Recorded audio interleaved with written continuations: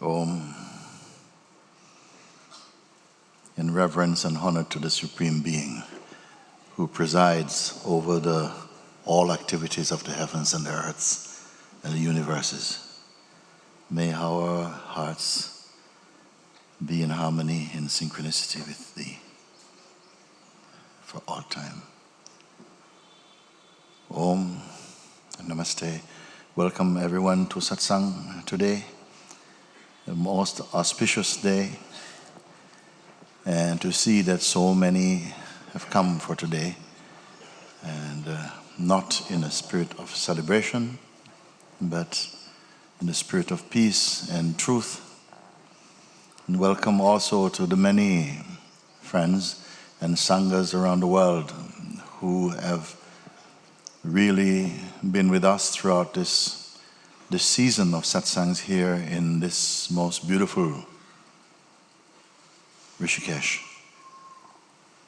And for all those of you who have come here with an open heart to grasp that which your deepest urge searches to recognize, to find that which is not coming and going, and so that all illusions and delusions that has caused us to sway from the truth, that they will burn off, they will be dispelled by the light of real understanding. Welcome everybody. Today we have come to that moment where it is really the final official day of Satsangs here in Rishikesh. And I'm so happy that you are so many here. Many I've seen from the very beginning you have been here. Others have joined along the way. But each one fully welcome, each one fully included in this great introspection, this great surrender, this great discovery. So today, I would like to just remind you to refrain, to avoid looking or going into too many personal questions, because as I have said over and over again, let's for a moment not just focus on the local sense of a problem. There are streams that give the sensations of problems ongoing. But today, try and come to finalize your seeing, to try and grasp what really is the opportunity here. And a number of you have somehow fallen through the net of delusion and are resting in the fullness of what is. Others, it will continue to somehow unfold in beautiful ways, in deep and profound insights, as this flow of grace continues unabated. So, welcome. I see someone there. You can come for me. Yes, come, no. Keep coming. When you are called, don't doubt. One behind. Yeah. Yes, after you can. Very good. Thank you very much. Thank you. So, I have this problem for the last 7 years. Many things happened coming to this. I will just say this. I was having problems with my girlfriend. You have what? Having problems with my girlfriend. I went to bed really upset. Let me finish, please. So you went to bed upset, you say? Really upset, yeah. Oh, okay. And in my dream, a woman came, poured something in my ear. I woke up with tension here. With ache? No, with like something was there. Something was there. Physical. Okay. And then it spread all through my body. Yeah. What was there physically? Like something that shouldn't be there. No, something like in the ear you found when you wake up. Something in the ear. Something poured through the ear and went to my ear. Okay. Yeah. And then it spread over the past a few days. It spread all throughout. Okay. And now I feel like stoned. Stoned. Yeah. For the last 7 years. For the last 7 years. Yeah. You've been stoned. Yeah. Like I have Some people would want to find out what that was until it's... I'm being serious, actually. Huh? I'm being serious. This is real. I know I'm imagining it, but it's real to me. It's real for you? Yeah. Okay. And this state of being stoned, in what way is it bad or what good? Or I don't have freedom of movement. You don't have freedom of movement? Yeah. I'm not stoned, I'm not high. Huh? I'm not high like stoned. You're not high? It's like the earth has no water. Understand? It's like the water is not free flowing through me. Oh, this earth has no water, it's not flowing like yes, this. Yes. I sense it sometimes when I do self-inquiry or when I meditate, it comes up. It's like Something comes back. like my second body, my water body is, and my earth body is stone, not Okay. You know, here I only point you always, not to the crime scene so much, but to what is here, because where you're reporting from seems quite healthy. You're looking, your observation powers is quite healthy. You're looking and you're observing that your body seems to be blocked, or it's been made, it's lost its energetic flexibility and it's moving more slowly. Something observes that. And there's a desire, naturally, to have, again, your dynamic activities or abilities or something. It's not free. It's not freedom. I feel less free. And less free where? Moving. In the moving. And when I want to act, when I want to do something, there is this. I'm feeling quite dirty inside. Dirty? Yeah. Because you're unable to move. Yeah, my muscles. When I meditate, they loosen up, but I feel a very great tension inside. Okay. Maybe it is really an opportunity for you to really stay more in your meditative nature. When you inquire, you say, it brings your attention back to the heart, and then some freedom again appears in the body. But I'm looking at it in a little bit different way from you, because I'm seeing it like it is an asset rather than that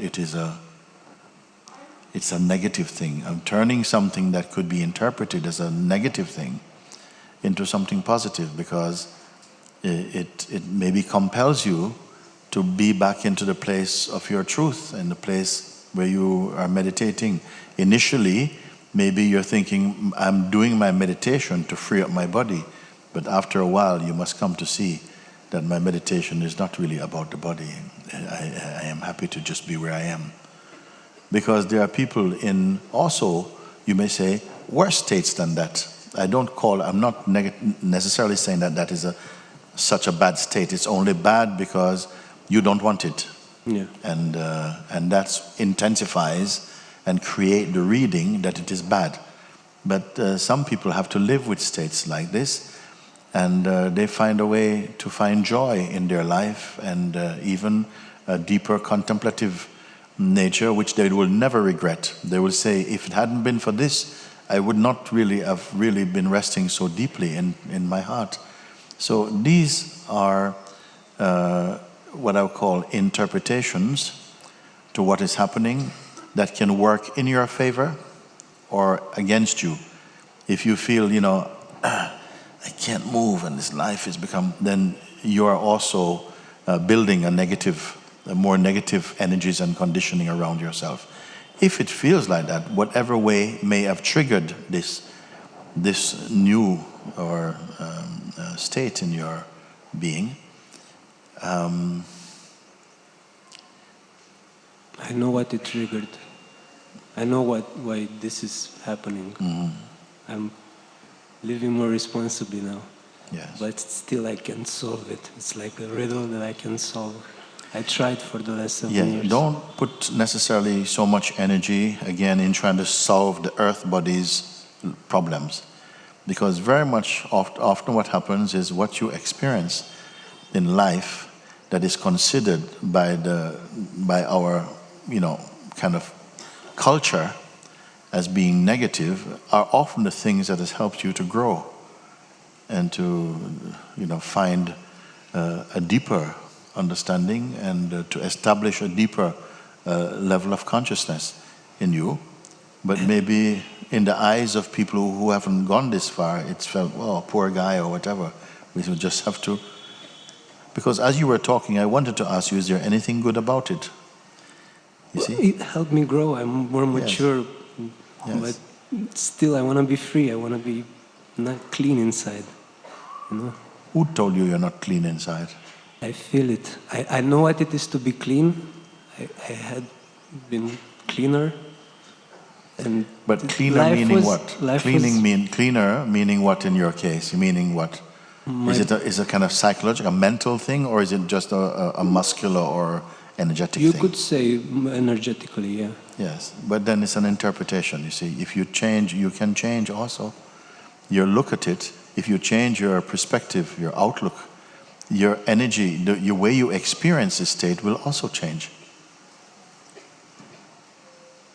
Maybe if you had, again, a flexible body, you can jump about like with the flexibility of a cat or a monkey or something, you perhaps would not be so mature in your... You see, we have this fantasy that we must be in perfect alignment, body, mind, and spirit. But sometimes it doesn't work like that.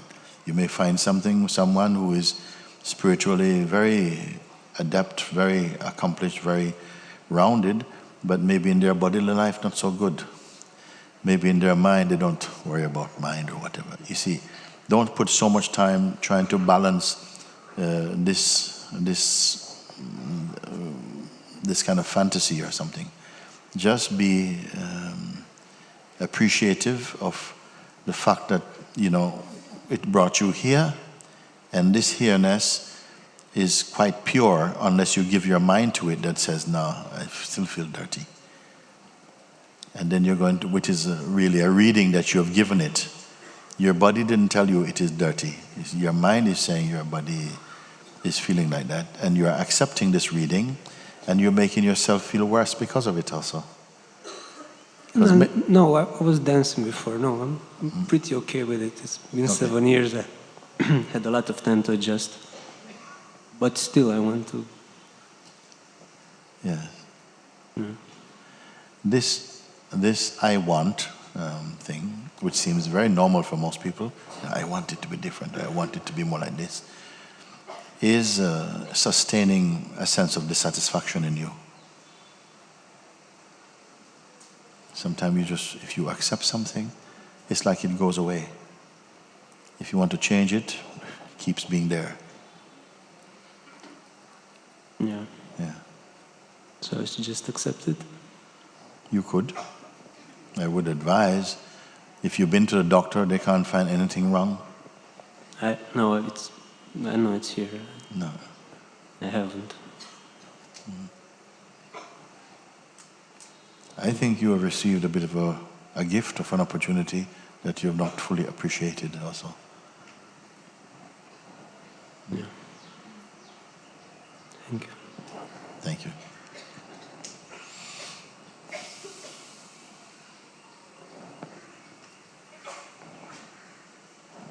Can you come?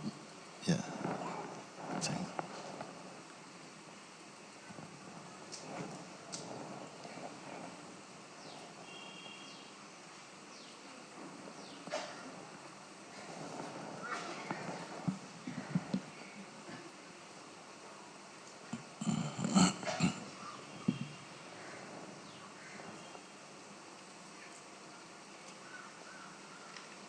Hi, Moji. Hi. Thank you. Thank you.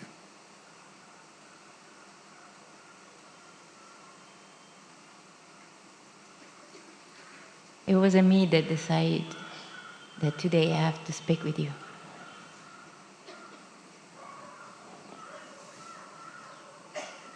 Somehow, grace, it keep coming and tell me the way to do what, or the choice to make at times. Yeah, come closer to the microphone. Yeah.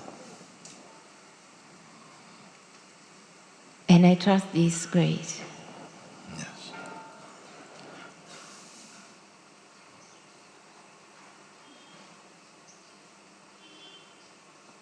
It's been amazing, this period with you in Satsang.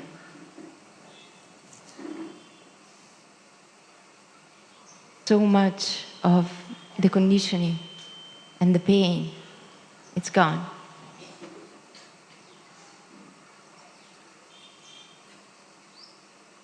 There is a beautiful peace.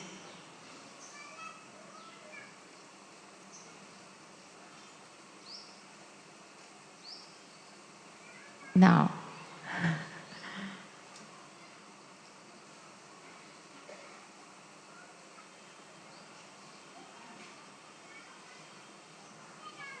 the I, it's rooted. The I, the person I, is still rooted here. Is what? It's rooted. It's rooted. Yeah. So when I am in this space of satsang, there is a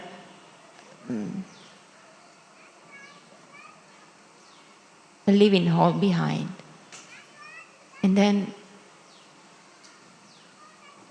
I engage with the person, with the mind again. Yes, you must stop it.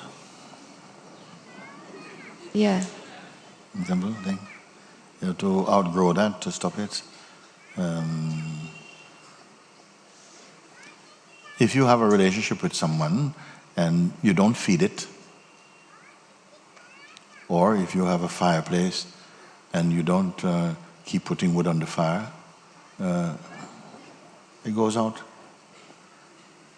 If you don't keep giving this attention to this I feeling, this me, going back to this me sense, gradually it loses its influence in terms of how it appears or arises in your mind or in anything. It just, you forget about it, actually.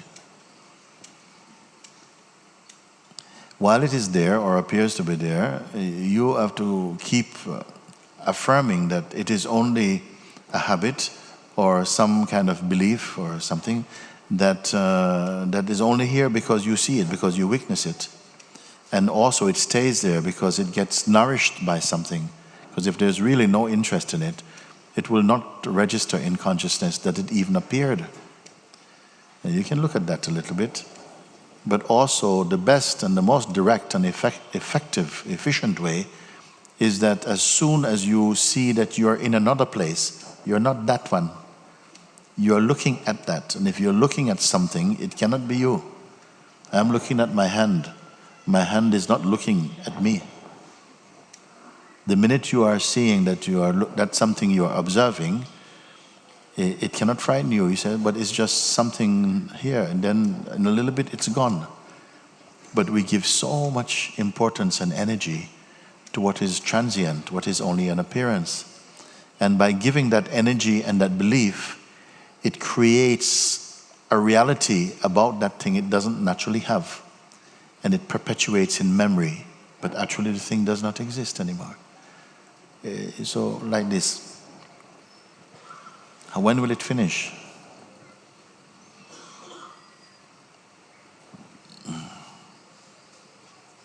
You see? Suppose you're in a relationship and you're finished. It wasn't working, you finished. But you keep sending SMS to your partner. And they're coming back and, yes, so, did you sleep well last night? And, yes. Missed you, but only a little bit. Have your relationship finished? No, it's not. They're in South America, you are in India. Still it goes on. Because it's in here. Your relationship with your identity or person, it perpetuates because it seems to be there, and we are thinking that, it is begging for connection and we need to look at this and so on. But rather than fighting with that, I just ask you that I try to remind you, but you're looking at that as you have done with many things that have come and gone. You see? And pay attention to your looking or to the place from where you're seeing rather than in the thing, because sometimes when you look at something, it's like you're pouring some kind of, you're combining yourself with it a little bit. In a little while, with this exercise, you find that you can look, you don't have to be closing your eyes. You can look at anything in intimate detail, but you don't enter it. And you see it Your perception is sharp and clear and beautiful, but you're not carrying, you're not pressing save. So everything is so simple. It's happening already. In life as you move, there are so many opportunities to engage with the things that appear to you through the senses. And you can perceive them, but you don't combine yourself with them. And so you can walk freely in this life, undisturbed. They don't jump in your head and go, no, we're not getting out. No, you see, and then it wakes up some interest. You start to look and like this and like this. And for much of the time it's harmless mostly, so it's kind of fun. But some things we take in too deeply when you need not. And then they seem to become a kind of special kind of relationship. They have a more power, more intensity. And those things then they keep popping back up again. And each time they come up, it's like an invitation to be personal with them, because your relationship is kind of personal. And when you're in the state of personhood, especially now you're here and you're beginning to experience the greater space of presence, personhood is going to become increasingly intolerable for you, because you feel the limitation. Is like wearing some clothes 3 sizes too small for you. You're outgrowing certain ideas and habits. So when you put them on again, you feel, you want to get rid of it. It's a natural sense of separating from what is not in service to your truth, you see?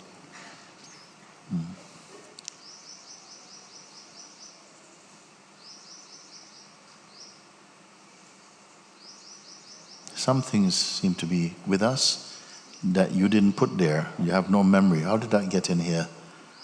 And they seem to be there strong.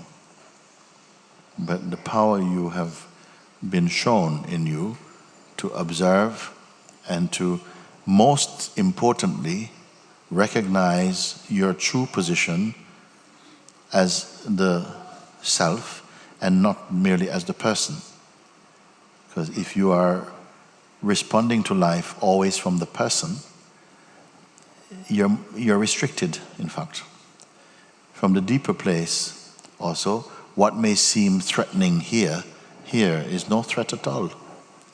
And also a more panoramic view of things, and always somehow imbued with a sense of presence, a silence, a peace is more with you, which is not there in the personal state. The personal state is a weaker state. The person does not know that yet until they begin to experience presence. Then they realize how limiting person is. You follow? When we're in one state, you're familiar with this state, you have no way of knowing the value of it until you're coming out of it. Then you can compare and you say, oh, I was so stuck. I didn't realize I was so stuck. So only as the shift is taking place from the posture or the position of living life only as the person, meaning with the belief I am this body, and the conditioning and environment you grew up in, and that starts to feel that's very limiting. But as you discover more your position as presence, deeper back, as consciousness, then the whole game of perception, it changes in nature. You see, and you will enjoy more. You'll feel that you're in a more true place.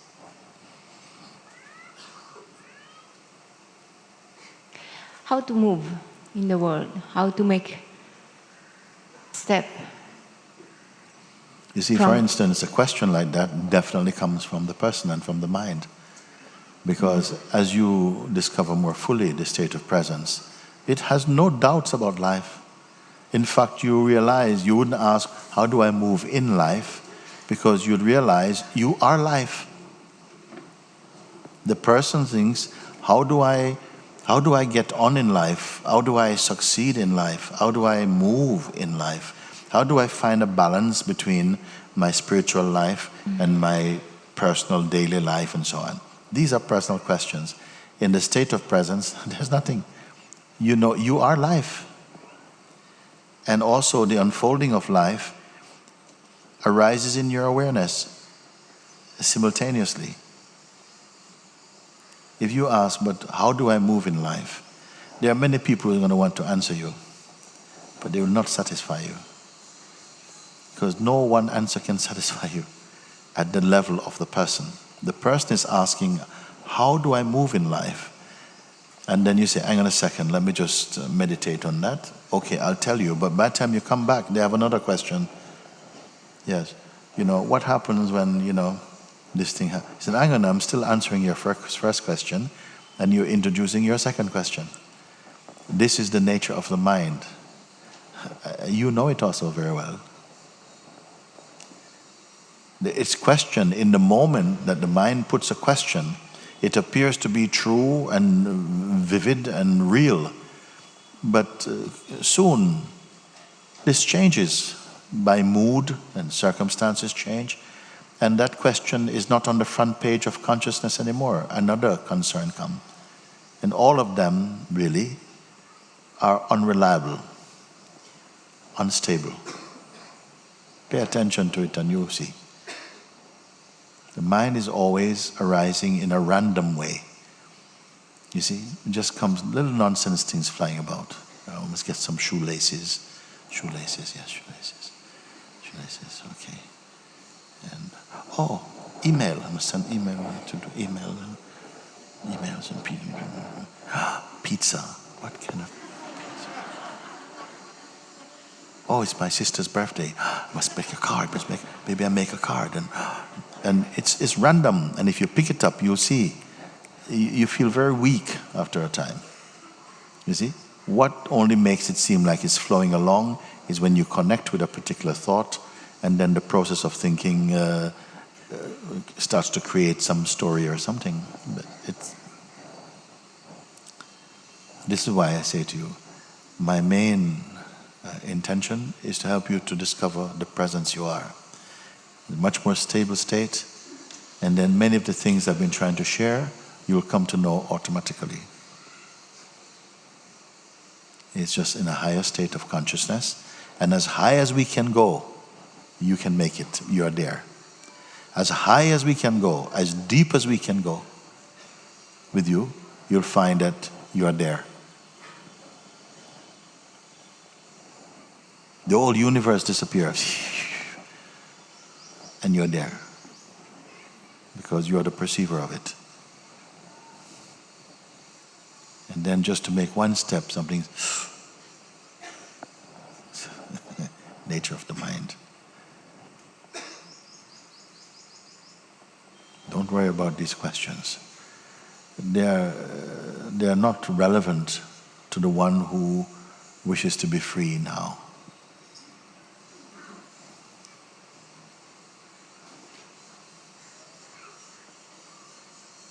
I love you.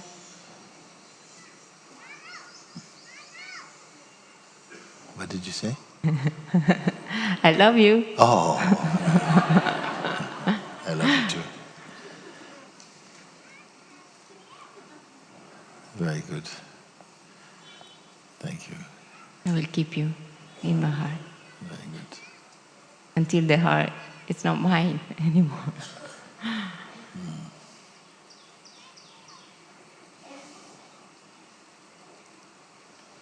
Thank you. Good one. Someone at the back. I haven't had many people from the back. Come, whoever you are, come, Yeah, just come.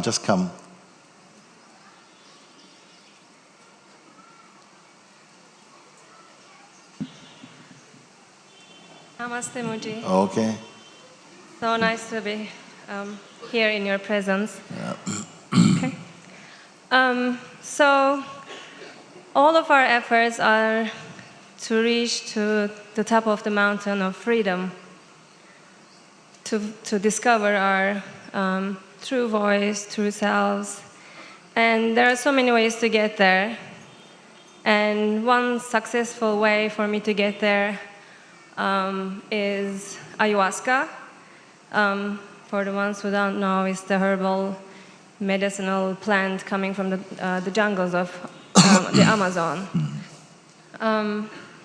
So I see myself as an onion, and when I do ayahuasca, all the layers are peeling off, and my true source comes, and I can make a connection with my source and with the universe, and I sense the oneness and everything. Yeah. And I was fortunate to cure a chronic illness in the Peruvian Amazon.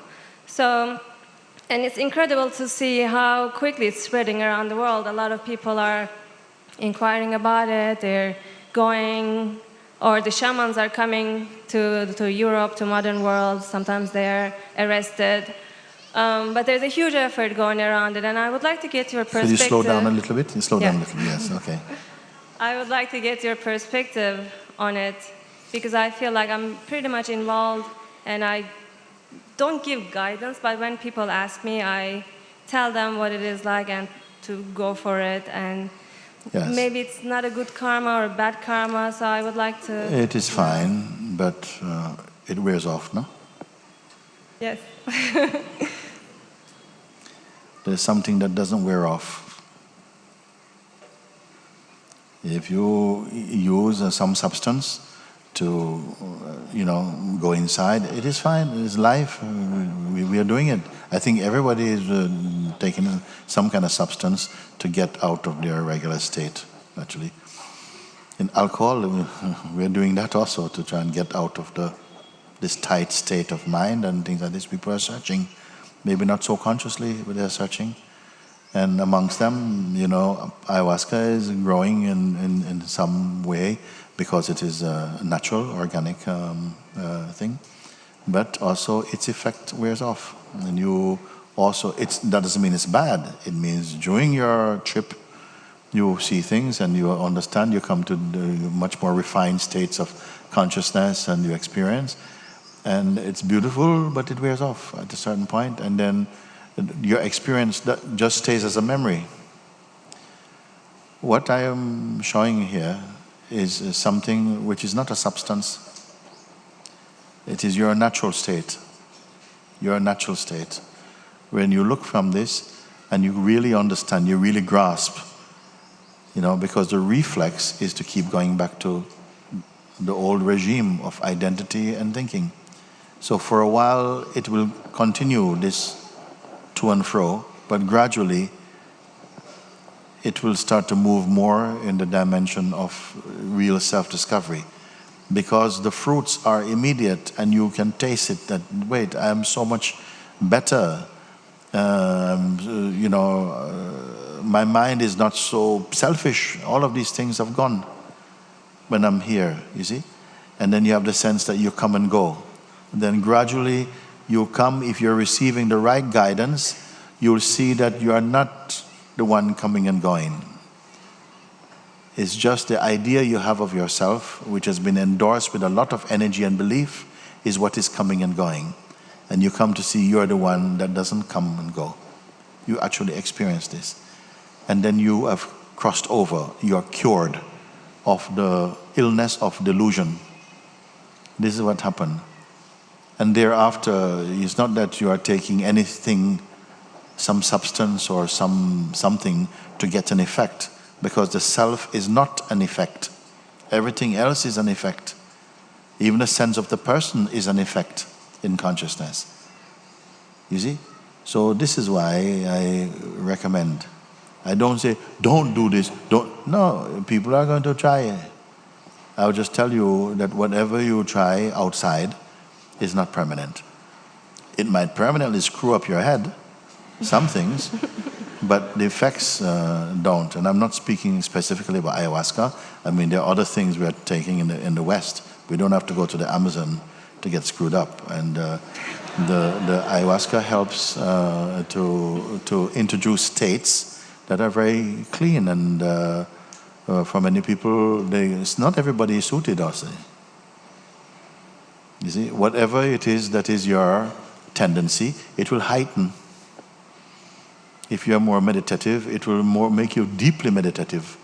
If you have love in you, it will make you intensify the love. If you are suspicious, it will make you even more suspicious. You see, it just heightens. It's like turning up the dimmer switch of sensitivity or some sort, but for a time. So what is being pointed here is not like that. It is keep looking from your true place. And this is the most natural.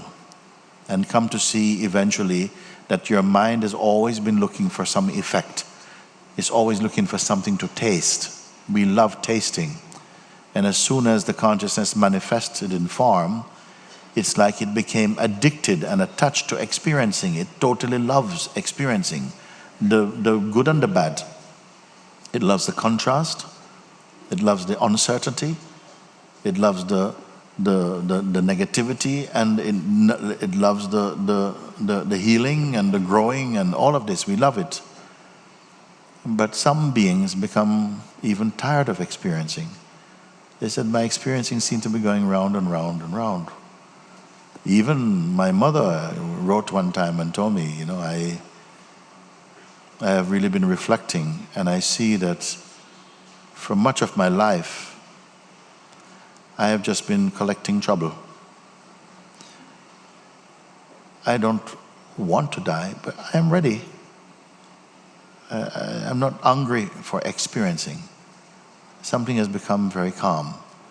In her love for Jesus Christ, she seems to be resolved with that or something.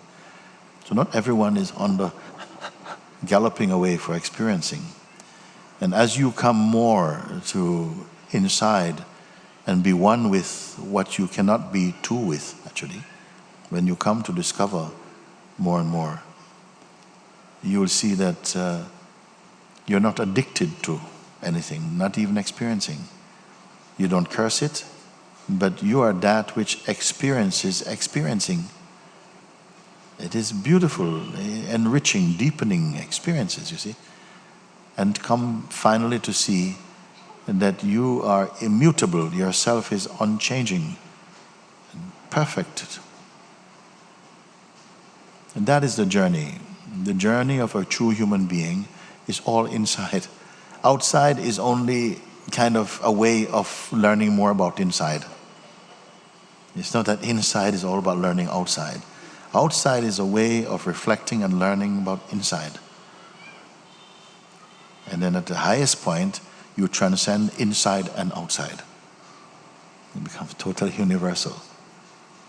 And in the time that we have spent here together in Rishikesh, some people will have gone the whole way, can go the whole way.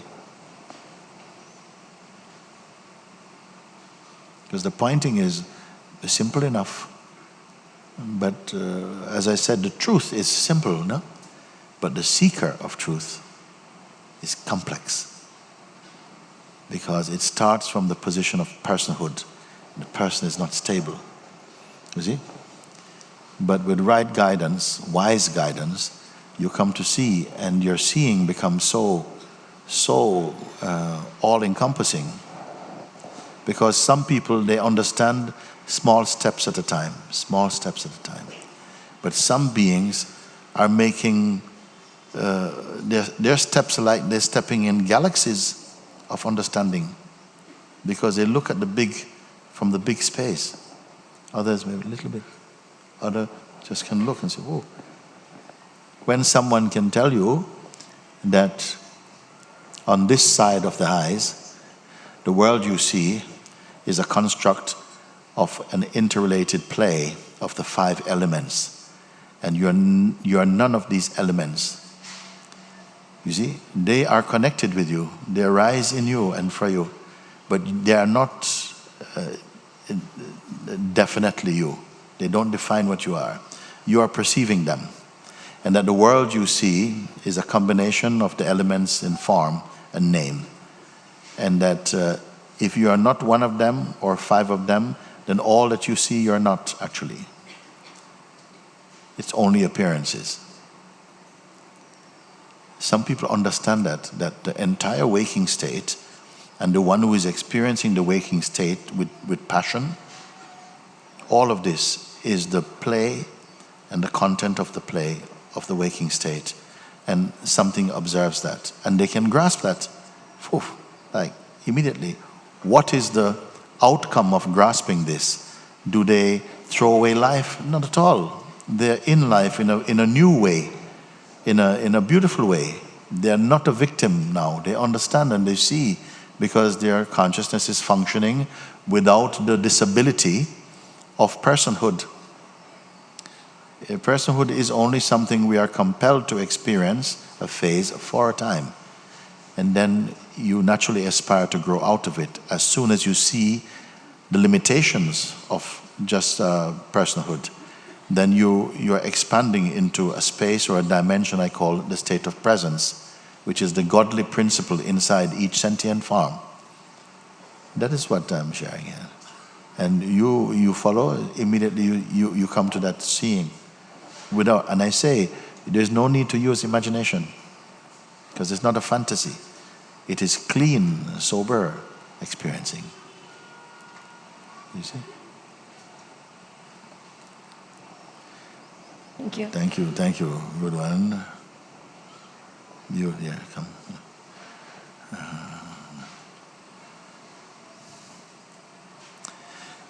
Let's see if we can move through some questions a bit more quickly. And okay, good.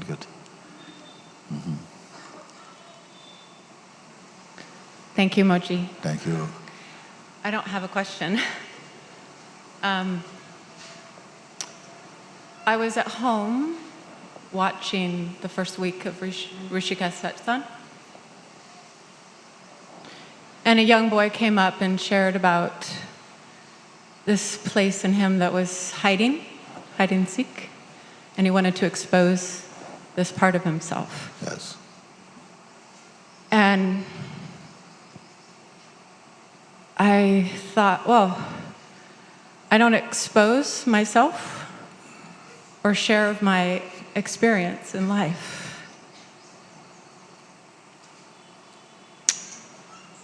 I came to India for the first time 20-something years ago, and it was after I was in a car accident, and I was told I wouldn't probably be able to walk again. And I laid in bed for months at a time, for about 6 months. And I had no faith in anything. And I had no money left. I'd gone through all the money I had saved. And I couldn't really live in the United States anymore. And my yoga teacher had always spoke of God and her guru here in India, and I always closed my ears. I only wanted to go to yoga for the physical practice. But I thought, well, I have no money and no health and I have nothing, so maybe I should go to India and check out this God thing she's talking about. So I came, and as I moved through India, I was traveling and went to gurus and holy places. I felt like a stone wall was 10 feet tall and 20 feet wide around me, of all the beliefs and constructs of who I thought I was. And they were being crumbled away, little by little. And I was in so much pain, and so much confusion. And I cried and asked to be taken out of my life. It was too much. I only wanted to die.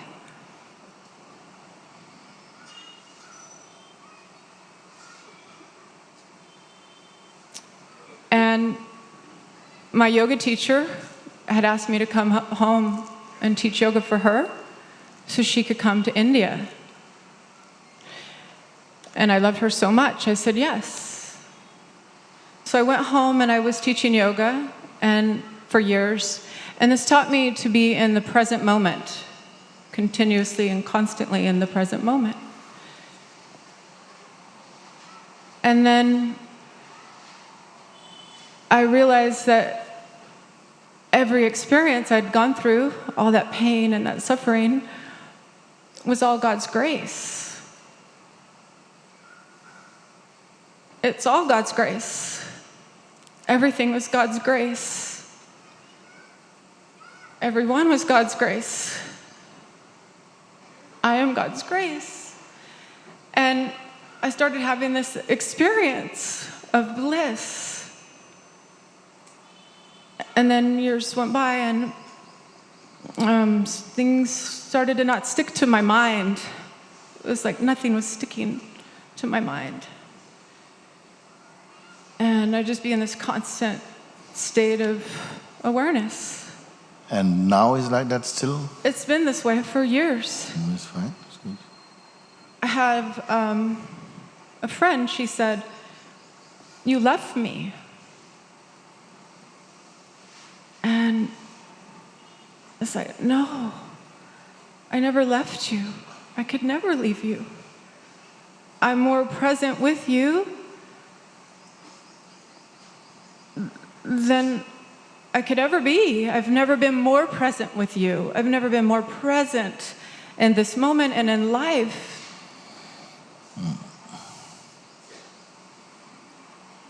Say something about today, now. I feel that way now. All I want to do is give you my experience. There's nothing, I can't put it in a package. If I could, I would. All I want to do is share this awareness.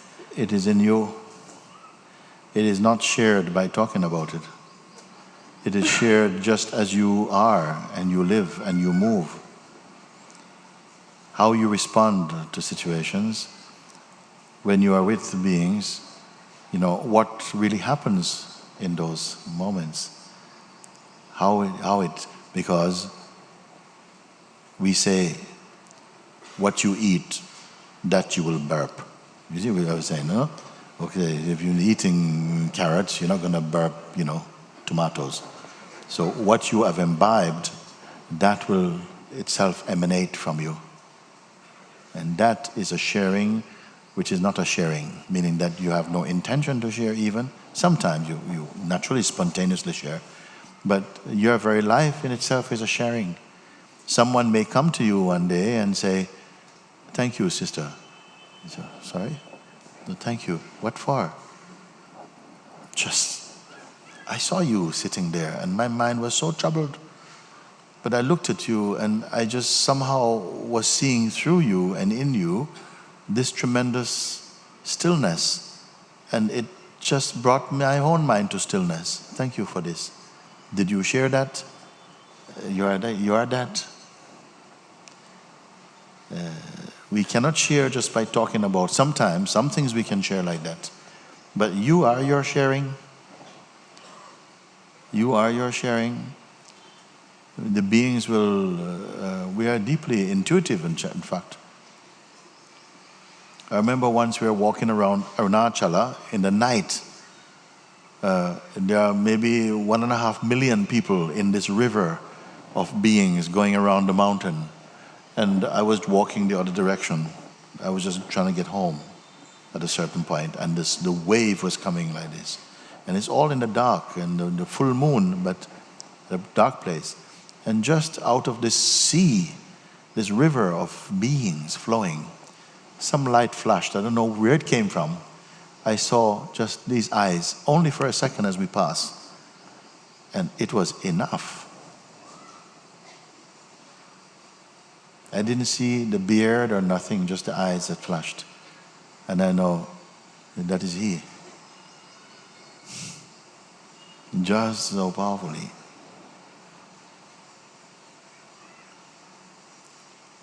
We each reflect what we have imbibed and absorbed in the heart. When we talk about it, it's because we haven't sometimes really absorbed it. We just have a thought about it. But what you are is shared automatically. What is going on down there?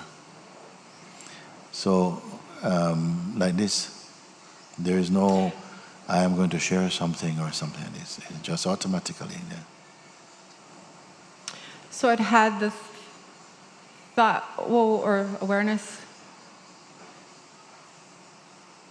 that girl who was in so much pain and suffering, had I given up, or my life to have been taken in before I'd had this awareness. How many lifetimes does it take I'd live, millions and trillions of lifetimes, it doesn't matter, to have this awareness. You're never without awareness. You're only without the consciousness of it. Are you two paying attention here, or are you in some kind of...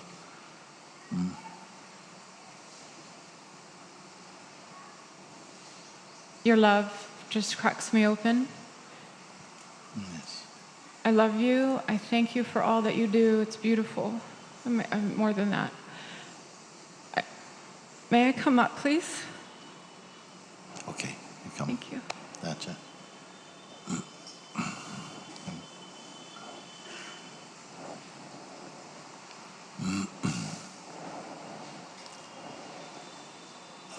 Okay, you carry on first, then go. Thank you. Very good.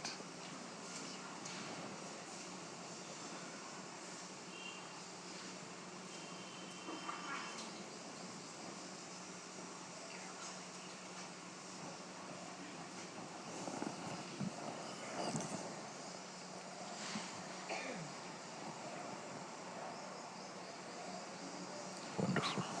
Thank you.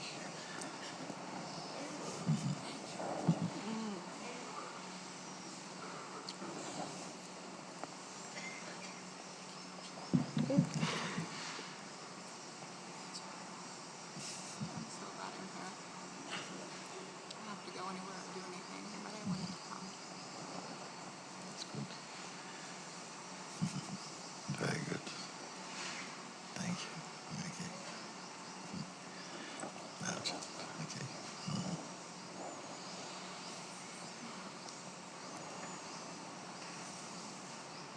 Namaste, Mudra. Namaste. Last year we came in Rishikesh on the last day of your satsang, and we didn't see you. And we also didn't know that at the same time she was already in my belly. So then I started feeling that she wants to come here. And we come, but she doesn't want to stay in the hall. She all the time starting like screaming a little bit here. And we need to go out. She's like more interested in the trees and other things. And then I feel that she wants us to come to you, because you said that you need to go asleep and with an idea that you don't have anything. And when I close my eyes, I see, I'm looking in her face. You are? I'm looking in her face, and sometimes at night I can wake up and where is she? So like she's all the time in my mind and in like my ideas of everything. So how I can grow up her free if she's so much attached in me inside?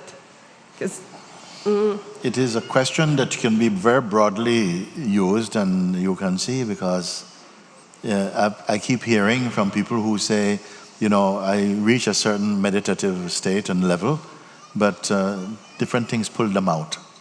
Yeah, I encounter with people, or an unpleasant email or something, and they're disturbed or something, and I want to be able to stay, and so on, and over and over and over again. And I'm going to have to say that please, these satsangs will remain online for a while. If you find something that really speaks to you, listen over and over and over and over again, until it burns itself into the deeper place of consciousness. Because very often, like many things that enters in the superficial field of consciousness, it gets washed away anyway. It's only as you somehow use the pointing, because the aim of my words and guidance to you is not just for the earth mind, earth body, what to do to get a good job and get married, make some money. Is about freedom. And freedom means not for all your life and lifetimes. And so I put it above everything else, because everything is of this earth is passing daily. Even yesterday, whatever, we may have had a beautiful day, intense moments, but today they're gone. The day before yesterday, even more gone. Last week, gone, everything gone.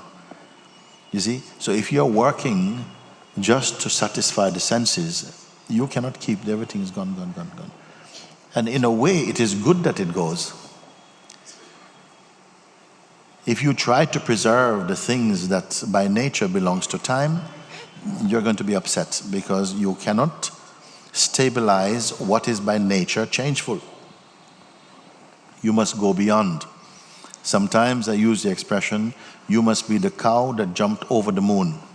Of course, people say, well, what is he talking about? How can a cow jump over the moon? It means that you must go beyond the culture and conditioning of a person who feels, I can only do this and this I cannot do. You're going to have to be able to find and discover the impossible from a human point of view, because you are beyond all limitation.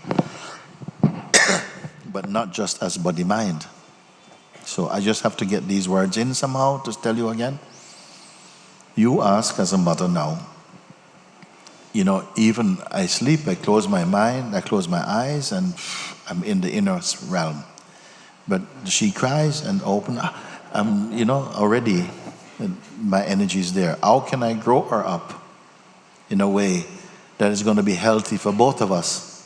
Isn't it? Yeah. You see? Because if I'm going to, I know many parents, you see, they're even here, but their mind is somewhere back in, Canada with their children, what their children are doing now, and hope they're safe. And how are you going to have peace in your life? You see? So please listen. You cannot do it as a person just trying to, I'm going to try not to worry. It doesn't really work like that. But what is the way? I am going to show you. You see? But I'm telling you what is not the way first, so you drop it. Okay. Because trying to use the mind to try and stop the mind, it doesn't work. It's like saying to somebody, darling, it's your birthday today. Okay, tonight I won't snore. You have no power to make such things. It's out of your hand. Okay? So in the same way, this kind of thing of, I'm just going to try and just be more patient and so on. Little bit of energy, little bit of success. So please listen now, I say to you. No? I am pointing only that all that you talk about, all you imagine, even as you listen to my words now, you are aware of my words and you're listening at the same time. Without any energy, you not have to put on headphones immediately as I'm speaking. You are hearing and you're also understanding that you are understanding. There's no gap. Where are you observing this from? From within your being. You don't have to wait until later. Immediately you are perceiving something here. Hears the hearing, perceives the hearing even. Perceives your intention, you as the idea you have of yourself. It notices all of this. It is already functioning. You don't have to go there and turn an engine on. As you wake up, it is functioning. You cannot do anything to help it. All you need to do is to recognize it and be one there for a while. And this is being experienced as the most difficult thing, just because of the habit of speaking from the place of the person. So it's a habit that has to change. How it will change? Not just by effort trying against the habit, but by listening to what I'm speaking. I'm only showing you you're already here, but it's as though you're responding to your listening out here. But when you're here, you can perceive all this. I know it's not coming in at the moment.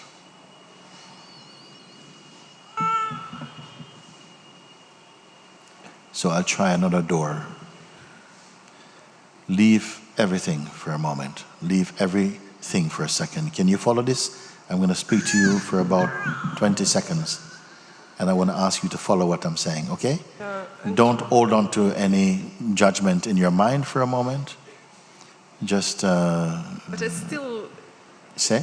but I'm still like carry her. So like you said me to leave everything, but Yes, mean leaving here all this attachment to ideas and intention in your mind. Let's not get rid of your baby. I mean, like when I'm carrying with my hands, Huh? it still has reflection in my mind also, because I'm carrying her. She's now in my hand. Which is beautiful. It shows you can leave everything, but you won't drop your baby. Okay, I try. It's a good example actually, because sometimes the mind goes too far. It's thinking, my God, I've got to, give up everything and take out my false teeth. I've got to take off my children. No, I'm just saying, just don't hold any intention in your mind about what you want to do and who you are and stuff for a moment. Just put them down for a second, everything. So you're totally empty, and you'll see that being totally empty, you continue to care for this child very well. So it's a good example you will be. So leave all these things, what kind of mother I am, and I hope I'm going to learn something from this, and I don't want to be fully awakened, I just want to be a good mom, or whatever it is. Leave everything, all of this, like this, and just be empty for a moment. I would like to invite that. Just be empty. And as many people who want to try, it works every time. Be totally empty. And don't be waiting for, okay, I'm empty. Now, what's the next step? No other step. Just be empty of everything for a moment. Not waiting. No past. No future. No expectation. No identity even. Don't hold on to anything for a moment. Baby is still doing fine.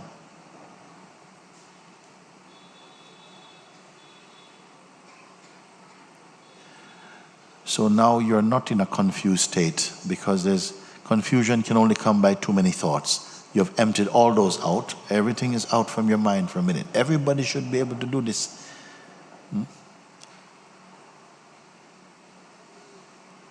How are you here? How are you? Very soft. Very soft, very soft. Not worried about anything. If the child cries, it is heard, but there's no panic. Be in this place, empty, you see, empty. We are educated to feel like you have to have all these things in your mind.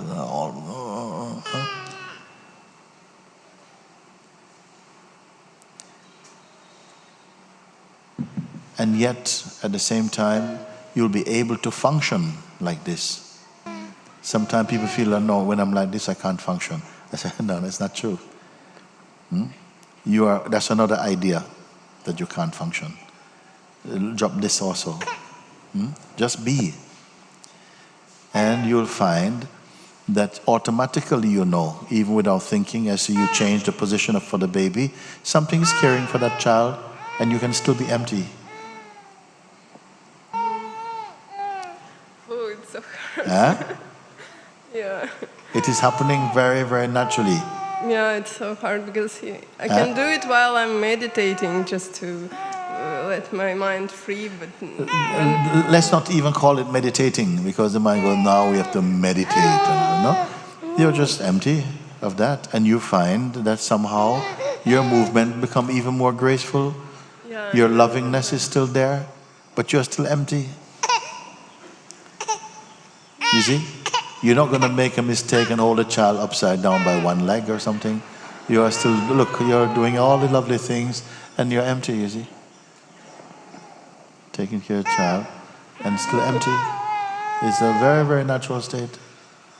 The rest is that you think you must do this, and I'm going to make sure she's good, and I'm going to make sure, but if I'm doing this, I can't listen to Muji, and you're just making a big noise inside the mind. So it is simple, and I feel with the child and everything, it gives it a beautiful flavor of reality, in fact, that you can do this with a child.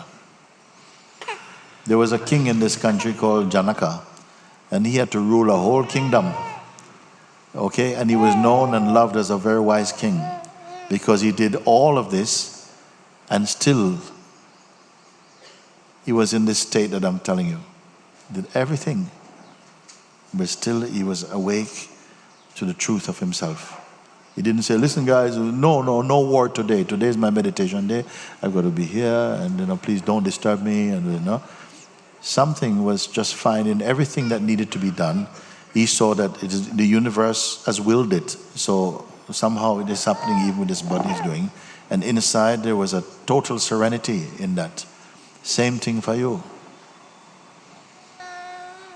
Krishna on the battlefield with Arjuna. They're about to have this war. All these armies, one big one over there, one big one here, ready to... Your attention is with me? I try. A little more practice. Okay. Two armies about to fight. Can you imagine? Oh, the arrows are pulled, the trumpet, the horses, ready to fight. Okay? Can you imagine a more stressful moment? All this testosterone flying around the place and stuff. Okay? And what happened in this moment, in the most tense moment? Krishna was having satsang with Arjuna. Can you imagine at the very height, about to fight? Krishna did not say to Arjuna, listen, there's some things I want to tell you, okay? If we survive, you and me, we go to Goa, okay? And Arambul on the beach, I can tell you my highest teaching. No, right there, all the soldiers are waiting. Huh? Arjuna, listen to me. They have satsang. I don't know how long that satsang went on for. Krishna said something at the beginning, it could have ended there. Whatever exists cannot cease to exist. Whatever does not exist can never exist. You see? But Arjuna didn't get it. And so Krishna, okay, I'll tell you a bit more. They talk. And thanks to Arjuna's not able to get itness, the Bhagavad Gita was born. And the world, oh, thank you Krishna for Bhagavad Gita. Thank you Arjuna also for Bhagavad Gita. Okay? And as anybody grasped the deep significance of Bhagavad Gita. And what I told you also is that the most stressful situation you can imagine, Arjuna had satsang Lord Krishna. So I think we can do it.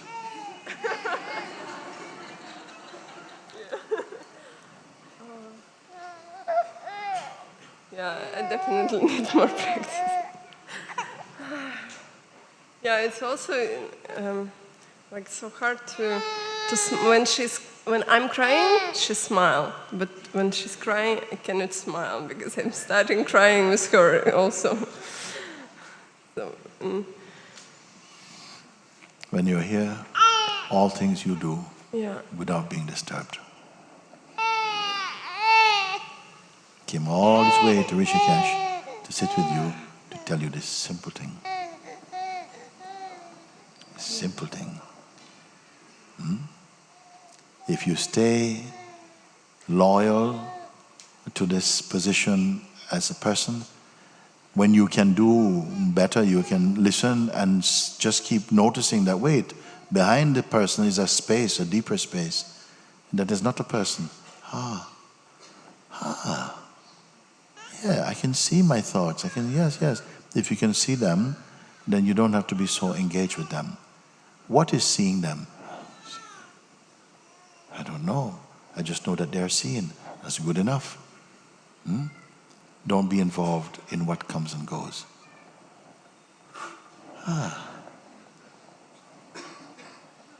Okay. I mean, anything that come and go? Well, you don't have to decide beforehand. Just keep quiet. If something needs more attention, with a little practice, you'll come to see that more attention goes to it. But many things you'll see, and you'll come to notice they don't have any real substance to them. They you will learn to ignore. And the more you do it, the better you become at doing this. And after a while, you realize that you don't need any effort to be where you are. Thank you. Boom, finish.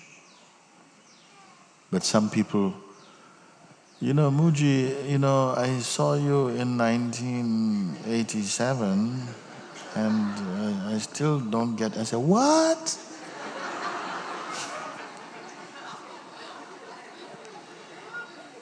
Some beings are saying, thank you, because you make it so simple. It's just embarrassingly simple. And I don't know why why is that this? We talk a little bit more. That's good. Where are you now? I'm just here. What's troubling you? Nothing. I mean, is that just for now, or maybe at any kind of now that I come to you, would it be the same? Sure. Well, how can it change? Then 1 hour later, I see you at the chai shop. Oh my God. What to do? So it is a gradual reacquaintance, a reacquiring taste for your own purity. That is what may take a little time. But the direction is simple enough, direct enough. We're willing to do tremendous things, build spaceships and stuff to go to other planets.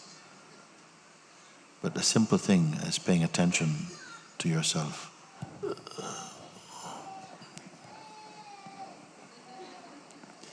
What causes this? Given that in the recognition of the truth, you're so happy, so free. It's not a trip, it's a genuine happiness. And yet, it seems to be unstable.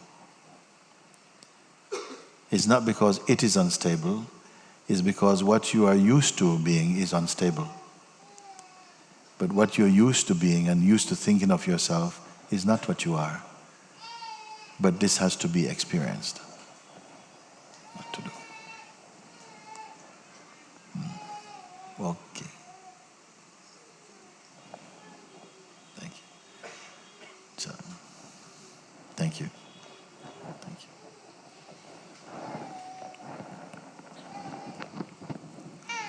Thank you. That's it.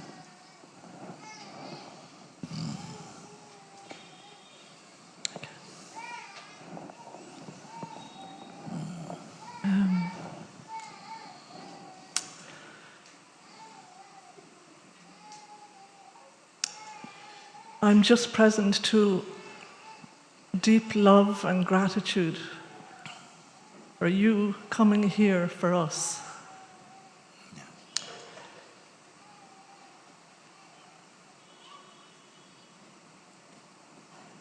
Thank you.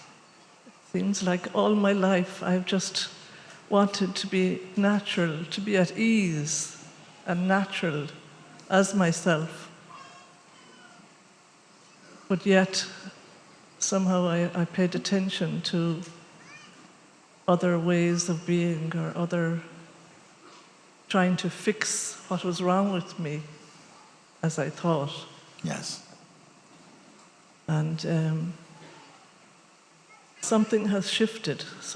I've been here this last few weeks, sitting in the Satsang, and knowing that any questions were from the mind. But today there is an urge to speak in gratitude for who you are, for who you come. It's like up to now I've seen you as a person, from my perspective, as a person seeing another person. And there was some resistance and maybe arrogance not to fully surrender to another person that I might be bound by or held somehow. But this has also shifted. Yes.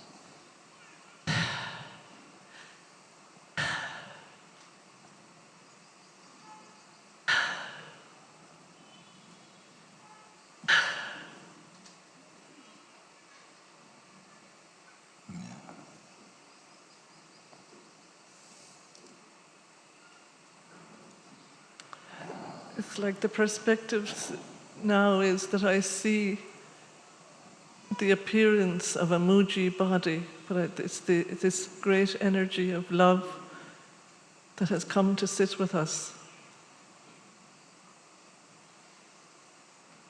And that is showing me that I am that too. Yes.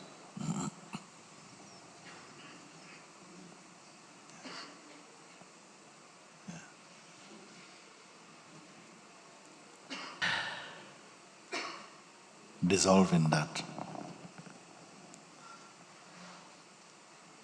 Dissolve in that. It's not other than what you are, see? You say, I want it just to be natural, I want it just to be myself. This is all this is. Coming home to yourself. Not to some kind of pretense or some contrived state or something, just yourself. And you need not love me. You need not surrender to me. But there must be something moving in your heart to say, I want to listen to something, see if I can make use of it. Then just make use of it. It is enough for me.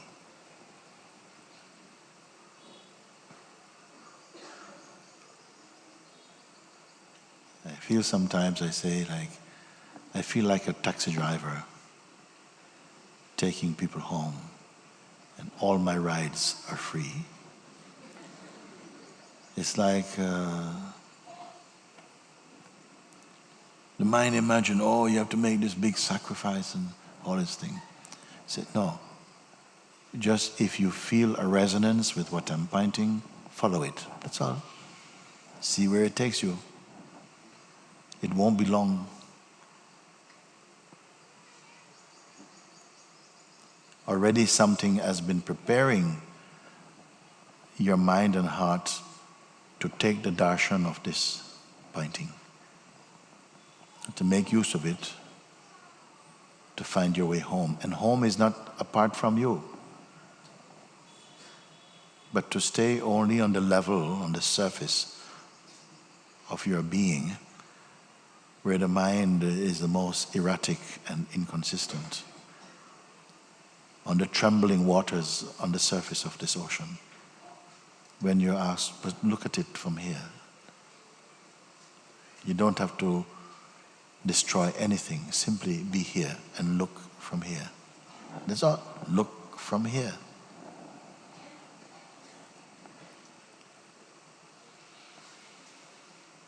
What do you see? How are you in your seeing? Who are you here? Not who you think you are, but who actually are you? What are you? And the answers I don't need. I just need to ask you those questions, or you need to accept these questions and use them. They're like a powerful mirrors that, again, show you your true place. This is the invitation of satsang, you know? Not merely to think, but to discover. Because so many people have come and they say, I've studied so much, I've done so many practices, but I lack the experience. I understand intellectually, but I need the experience now. So, okay, it is simple. Make use of your learning, but you don't need so much. If truth is what you're searching for, you don't need so much learning. It is just tick, tick, tick. If you can follow, tick, tick, tick, it will be good. 1 or 2 questions I have for you. Use them and see where they take you, what they reveal in you. That's it. You are the prime candidate for freedom. You already have this urge in you, an openness.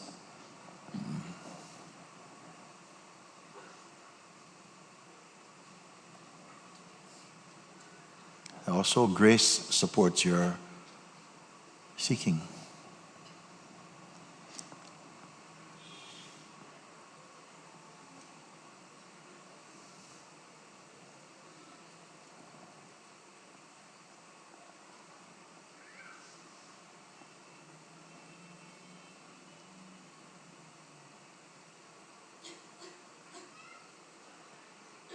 Sometimes I've wondered about this power. What is it that seems to keep us? It's not the lack of intelligence. What is it? It's a spell that we simply cannot see. Like you're looking only from one place, you have to be able to look from two places. Remember I gave you this example of when I was a boy at school, when somebody gave me a little picture, black and white picture. And this boy asked me, what do you see here? I thought, what is this about? It was so simple. It looked like a vase, like something like this, but like a Greek vase, white with a black background. And I said, it's just a vase with a black background. What is there to see? He said, no, really look. I said, what is it, some kind of joke or something? There's only a white vase and black background. No, really look.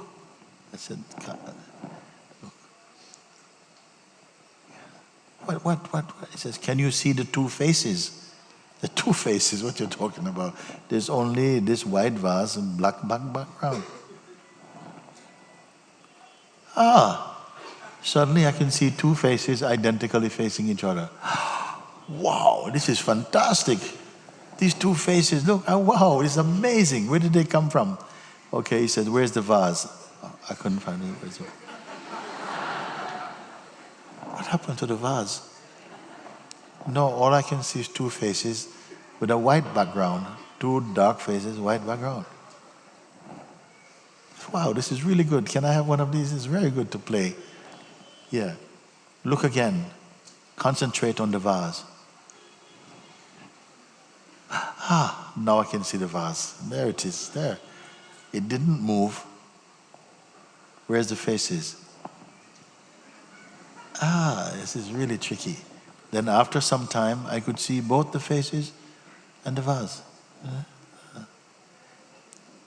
But nothing had happened there. It's still the same thing. But something had happened here. A change in perspective. It took a little practice.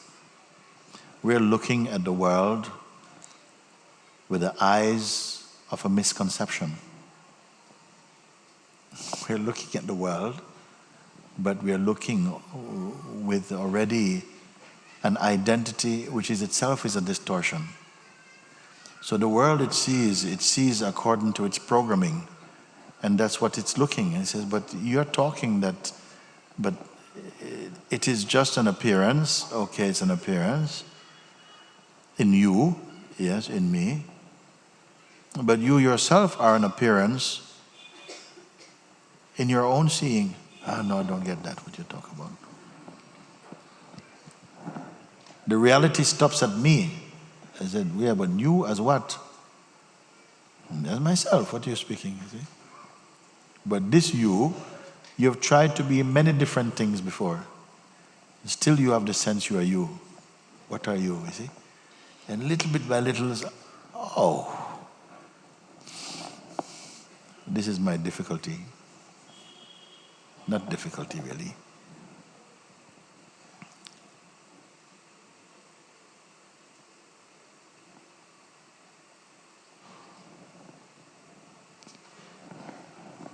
Yeah. I just want to say, I think this polar star has found my G-spot.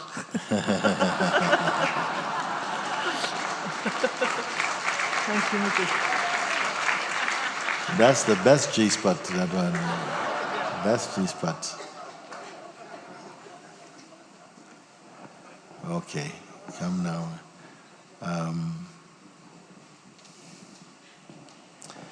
I tell you what, we are virtually at the end of this. I don't want to just keep. I think I've answered all your questions actually, that are of deep significance. And I would suggest that if it really matters to you, then you will continue to look at these videos over again. They are totally free and available. Just keep looking in your own time, looking if something you feel, yes, I need to be clear about this, just keep listening and listening, because the answer is in there and in here. And use it like a mirror and you will come to see. If you ask questions and just somehow they go into your mind, they're going to go out of your mind also. But if you ask and I'm pointing you and you can see, the place where seeing originates itself and it is also seen, then you will cross back into your true place. Say something, let me see what you say. Say something and let me see. Namaste. Namaste. How are you? Good? I'm fine, I think. Last time, I became a little crazy now. You feel crazy now? Yes. Okay, go on. Last time I asked you to kill me. And you said there's nothing to kill. You're not a taxi driver. You're a killer. You kill, which is nothing. Yeah. You kill nothing.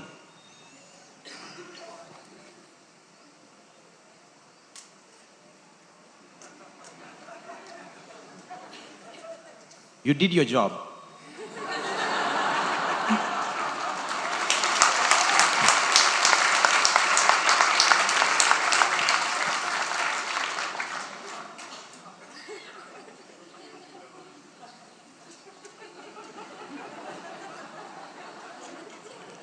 Part-time taxi driver, full-time killer.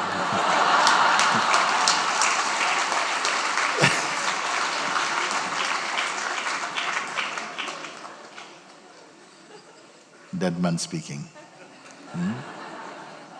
It's very good. It is very good. I want to touch your feet. Come. Okay, you come there. Let's come.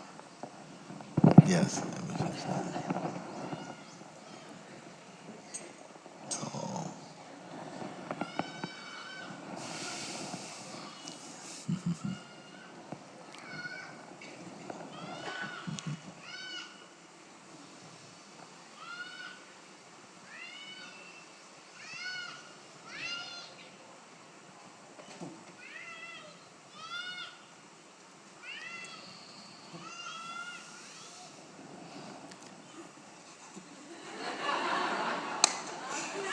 How you did it? Huh?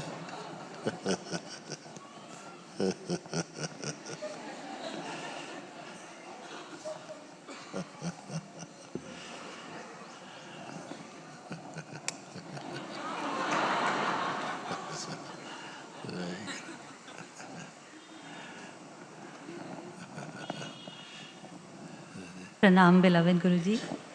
I just want to offer you a poem. Oh, okay. Does it go? Try again, just keep talking. No, actually, I'm trying to knock. I'm trying to pretend that I'm knocking on the door. Well, So, open the door. I'm trying to say. So now God answers. How long will you knock, child, before you see? You're already inside. You're already free. How long I've waited for you to see? You have always had the key. Come now, set aside your strife and stress. In my lap, lay down your head to rest. You have traveled long and far. Now let me tell you who you are. You are that which cannot be defined. You are that which cannot be confined. Nameless, formless, infinite, you are joy and love and light. O timeless one, just use time, your true essence to find. You are not big and you are not small. You are the emptiness which contains all. Pure beyond the concept of pure, see this, honor this, of this alone be sure. I am you and you are me. There is no duality. Can you see? And there's nothing you have to do. Now just let me walk out through you. Very good.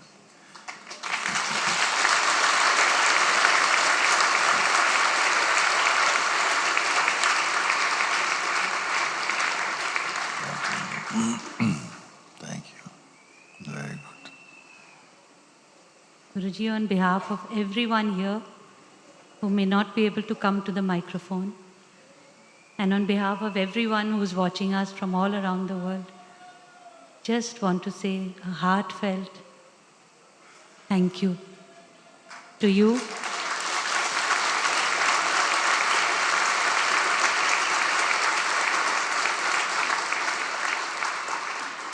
Yesterday, watching that slideshow, it was such a powerful reminder of how many forces here on earth and in the divine realms, how many forces come together to make this auspicious moment happen.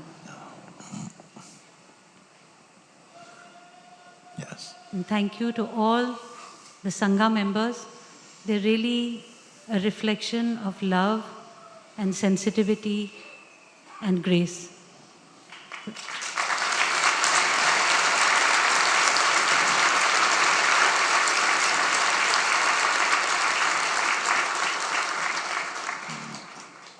Thank you for bringing us here. Yes. Very good. I just want to request actually everyone here to just join me in saying a million thank yous to you. Like just thank you, thank you, thank you, thank you, thank you, thank you, thank you, thank you, thank you, thank you, thank you, thank you, thank you. We love you. Thank you. Love you too. Love you. Love you Love too. you. Thank you. Yes. Okay, go on. See what you say. Oh, okay.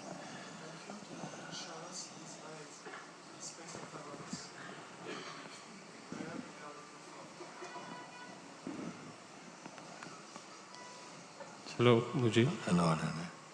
I have been here today. I can't say I'm so much blessed, feeling so much blessed.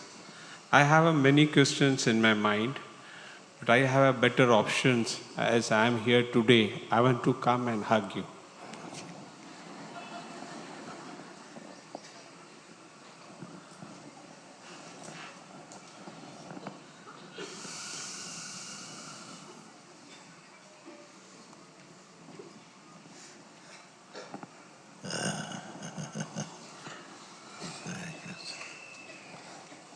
So much blessed.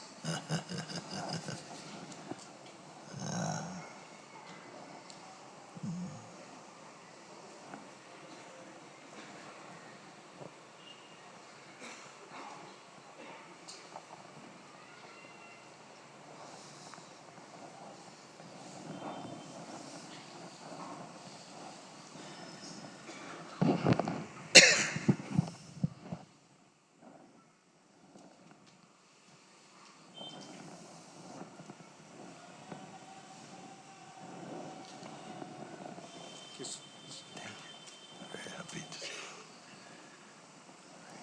I have never hear you.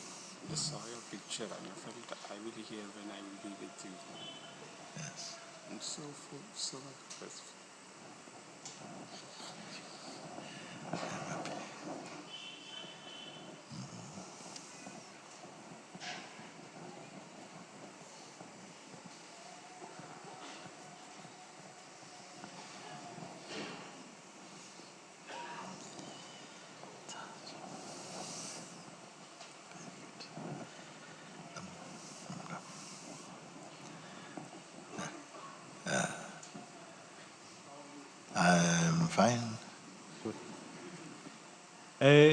I grew up in Jerusalem, and 30 years ago I left. I had a call to tell me to go and to do some other things, some other places. Yeah. And I was keep coming to Jerusalem all the years, looking all the beautiful things that exist in Jerusalem, all the struggles, all the conflict. And during the years, I have this relation, of love and hate, of observing. And last year I had this vision, or this call again came to me and told me that if there will be more innocent, if there will be more love and just more awareness of pure, just request of more mutual understanding or mutual respect, could be so beautiful. And I don't know if you've been in Jerusalem. Not yet. Not yet. So it's kind of like a triangle of like Muslim, Jewish, and Christian, especially in the holy area. And I didn't supposed to be here in Rishikesh actually. And like 2 months ago, when I was in Arambol and I heard from somebody Muji, I thought kind of like it's maybe a Japanese DJ.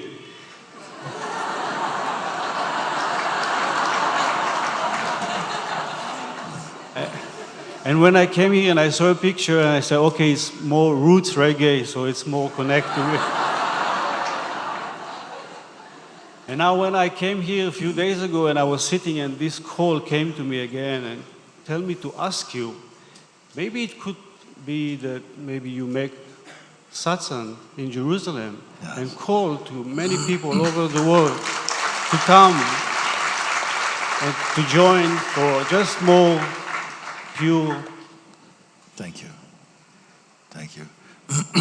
It has been brewing a little bit because we have many friends also from Israel who are in Sangha, and many come. And it has been presented a few times. Please come to, Israel, come to Jerusalem. And I have a good feeling for it. I have a very good feeling for it. We will just see how that takes shape. But again, you are reminding me.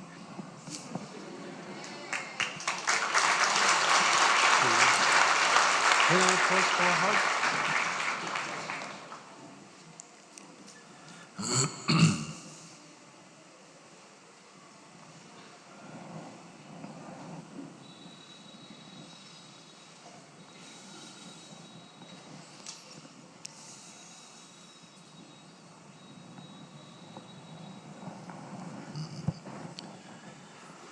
Very good.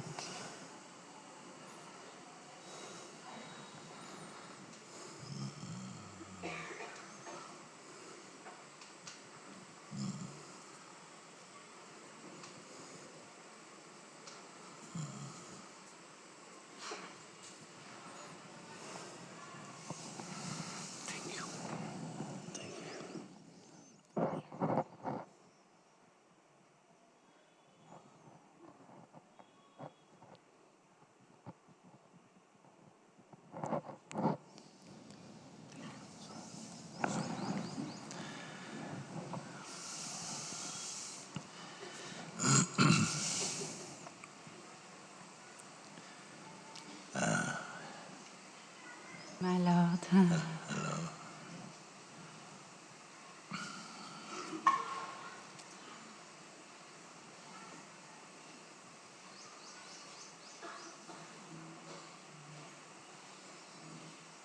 I love so much God.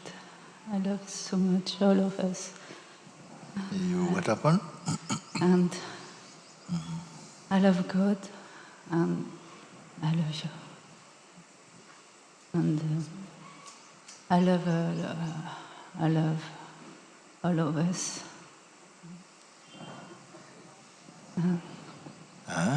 Nothing to say. Nothing to say more.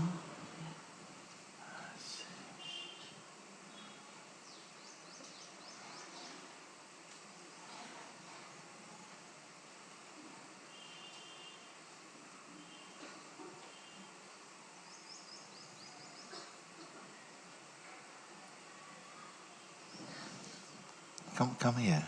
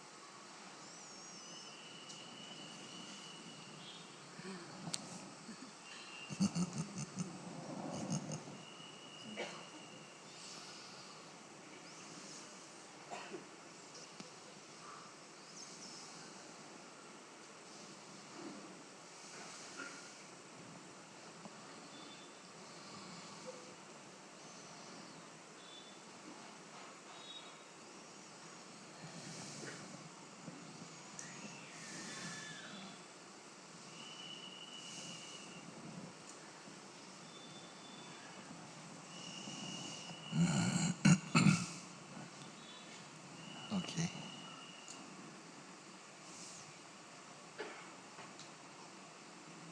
I would like to speak about desire.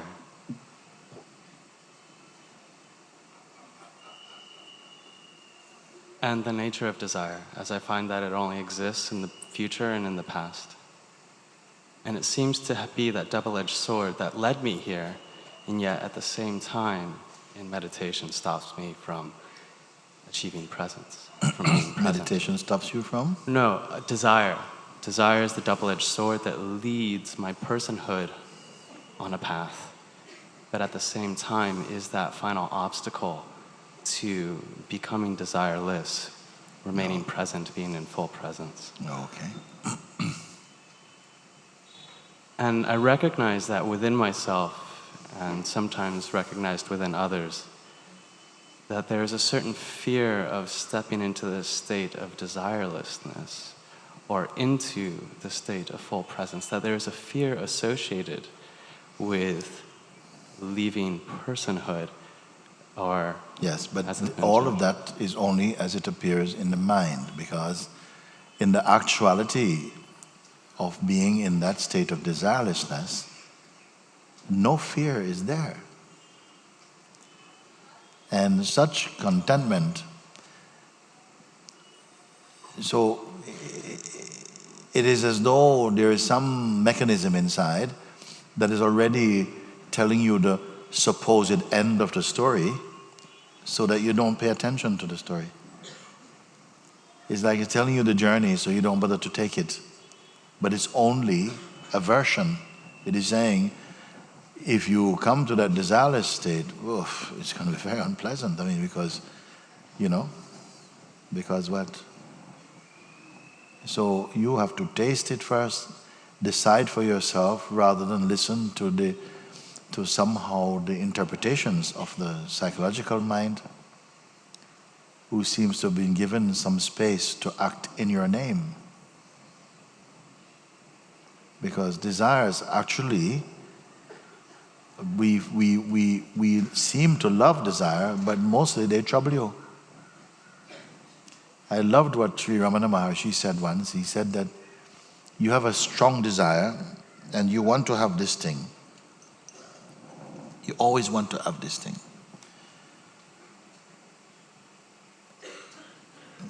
But you've not been able to get it. But the desire has always stayed with you. And you have had other things in the life and so on. But this is the thing you want. And when anybody speaks with you, you talk about this thing, but if this thing is on the table, you keep looking at that thing because that's the thing you really want. So it distracts your attention. Your attention is distracted from the other things because you really want this. Then finally, someone comes and says, it's for you.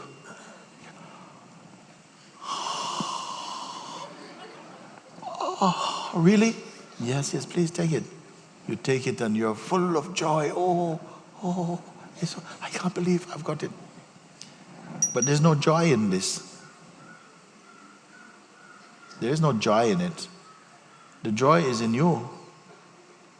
So here is what Sri Ramana said about it. He said, and I liked it so much, he said, you have a desire for this thing, but the desire itself causes you trouble. You're restless. You're always thinking about something as though it's going to make you be happy or something. And this desire is troubling you, but you fantasize that when I get the thing, I'm going to be happy. So when you actually get it, you feel exuberant. You're full of joy. Not because this gave it to you, but more that when you get it, your desire stops. When your desire stops, you're enjoying the relief from your desire stopping and interpreting that as the joy you're receiving from this.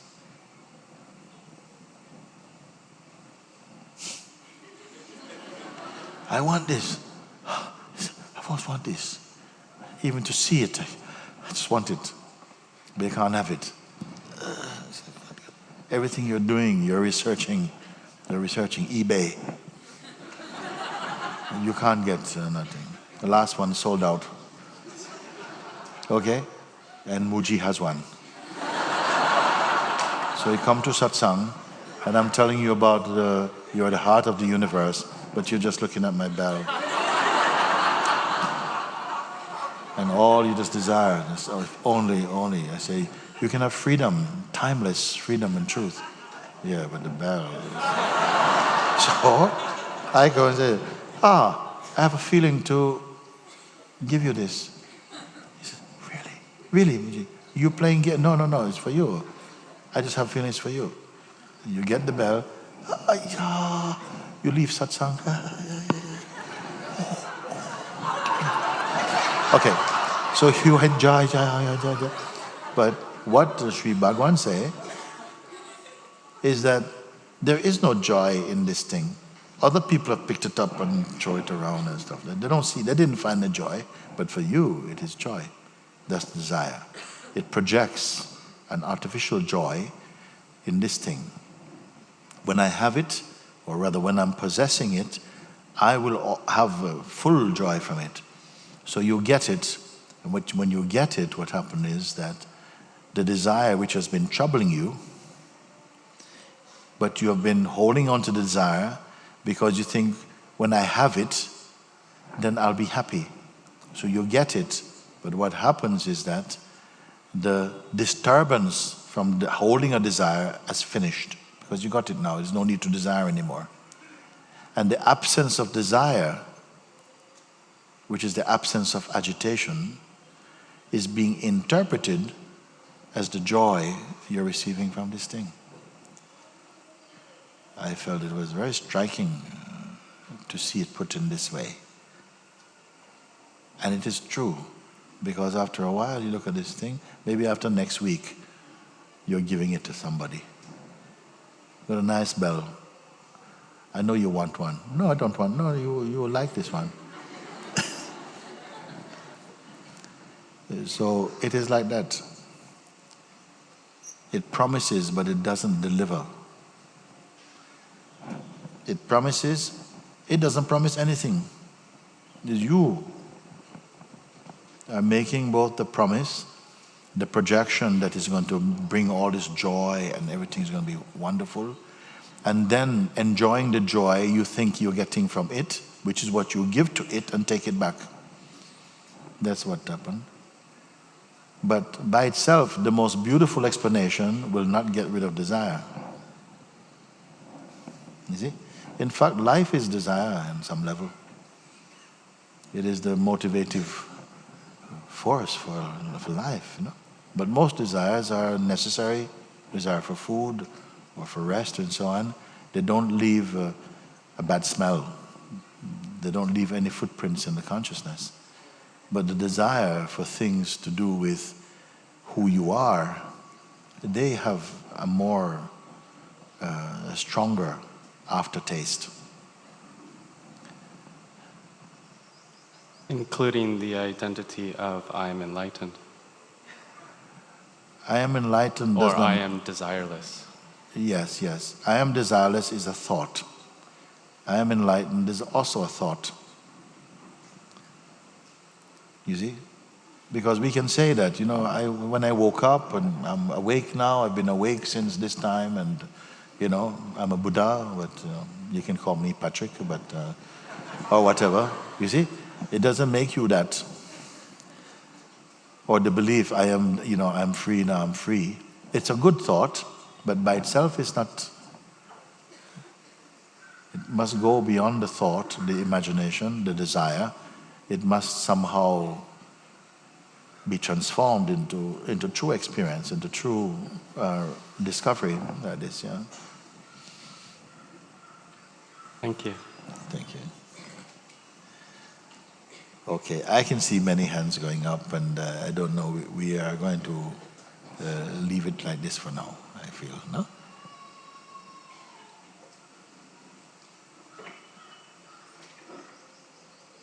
I just want to say something, and this is that. I want to make a blessing on you.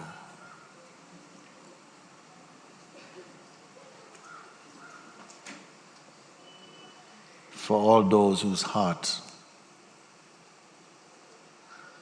loves God and seek truth, may you come fully to the complete realization of the truth in the heart and be timelessly free and happy. May you expand in wisdom, compassion, loving kindness, selflessness. May your path be light and full of grace. And may each one who meet you on the way from the heart be so profoundly touched, inspired by your presence and light, your joy, your openness, your purity of mind, your silence, your love. That they in turn may begin to search within themselves to find the light that they recognize in you and find rest and freedom for themselves. Wherever you may be, whether you are in this room or out on the street or on the other side of this camera, watching at home, and those who are not able to be watching but will see at another time, may this blessing continue to permeate the ether to space and find the hearts of those who seek freedom, who love truth, who love God, and who is compelled to find freedom in this life. May God bless you richly.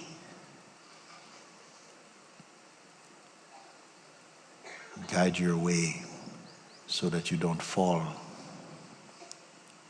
into the path of delusion. May what you have imbibed, absorbed here in this beautiful time in Rishikesh that has been provided by the universe, by the grace of God, that we have come together from so many parts of the world as one family, with one seeking, one heart, to come to the very core of our nature. We give gratitude to that power that has arranged, who has arranged such gatherings for human beings to explore into their true nature. May this blessing also stretch through your families and those you care for, and those beyond the reach of your perception, who also are in search of truth. So that we, on this planet, raise the level of consciousness and intelligent existence, so that the fruit of our presence on this earth may be one of joy, of love, of compassion, wisdom, loving kindness, and a merging of our sense of separateness into the womb of existence. And this is the prayer I make today in Rishikesh. With you, for all of us. And that wherever your journeys may take you, that this beautiful reminding, this beautiful love and wisdom will continue to light your path, to bring you home. Let it be so. Om Shanti, Shanti, Shanti, Shanti, Om.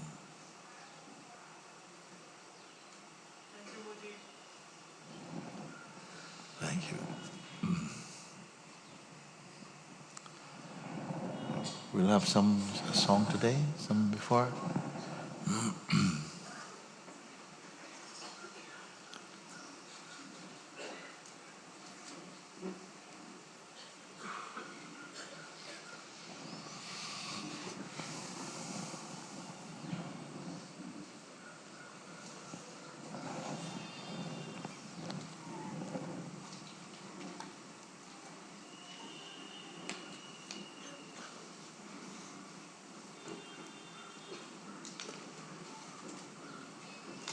Brahman, which is of the nature of all pervasive existence, is all. I am that limitless supreme Brahman, which is beyond the reach of the words or the mind. By practicing like this with a subtle mind and attaining the pure knowledge of the supreme Brahman, eliminate all the hard to remove dread of transmigration and become the supreme itself, which is complete fullness. Even after learning all that learning has to offer, there is nothing except the clear knowledge of the supreme Brahman. And that can eliminate the dread of transmigration. Therefore, by always having the knowledge of the one supreme Brahman self, that all is Brahman, and that am I. Eliminate the troublesome fear of transmigration and become the supreme itself, which is complete fullness.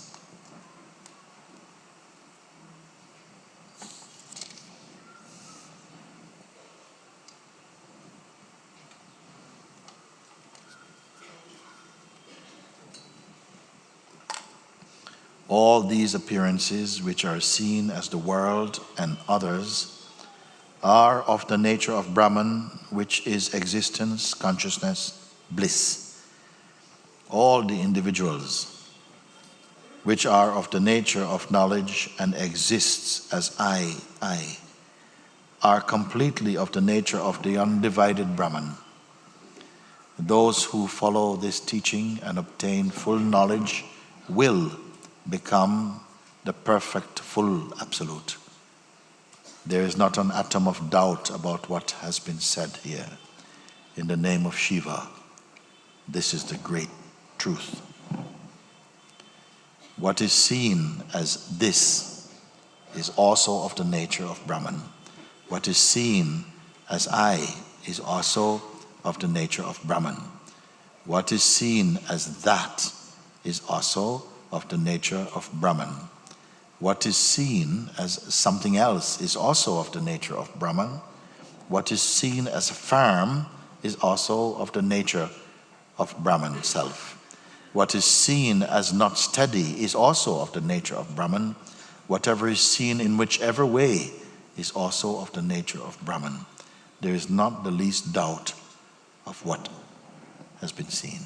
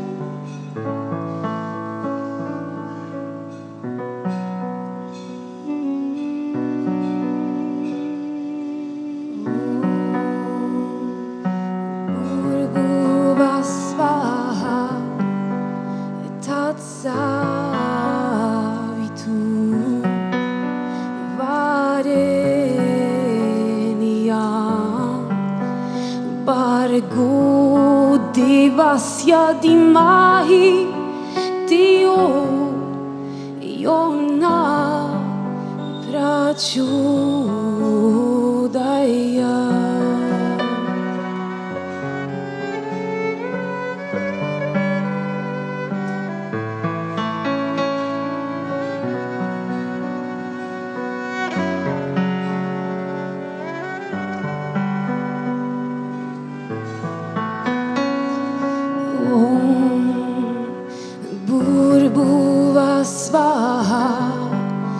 Tatsavitu Vareniam Bargo Divasya Dimahi Dio Yona Prachodaya.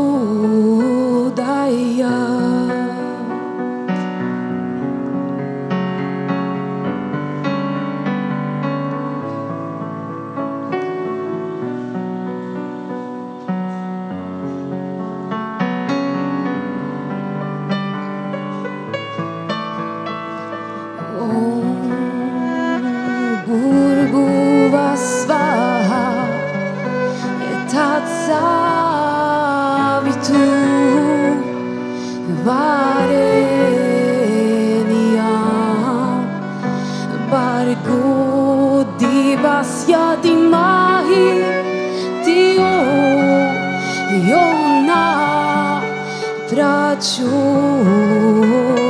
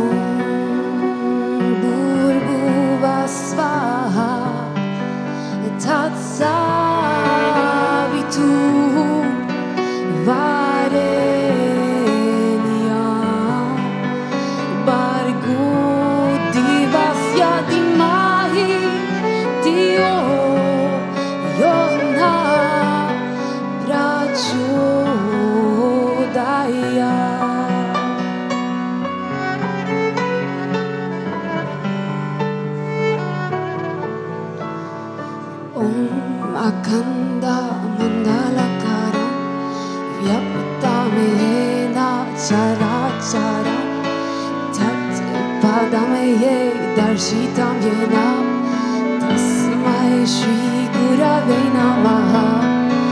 Om Akanda mandalakara vyaptamena chara chara tat padamaye darshitam yena tasmai shri gurave namaha.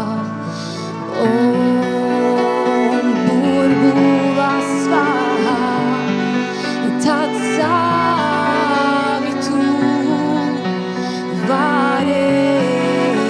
Varenyam Bhargo Devasya Dhimahi Dhiyo Yona Prachodaya.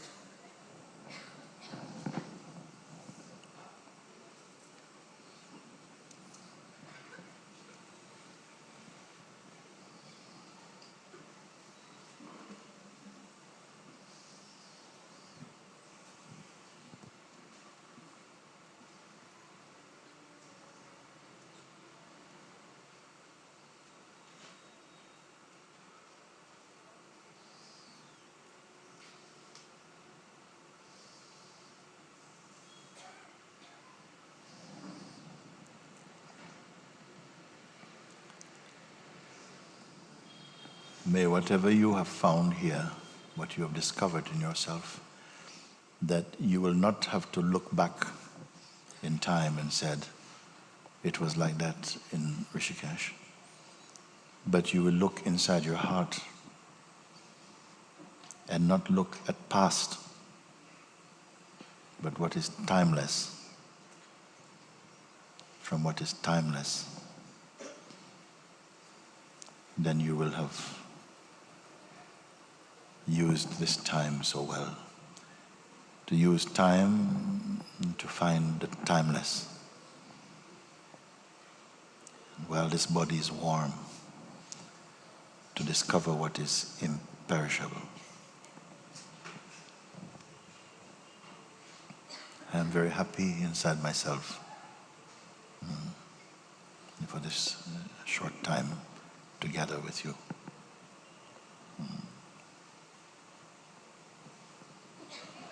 Good job. Thank you.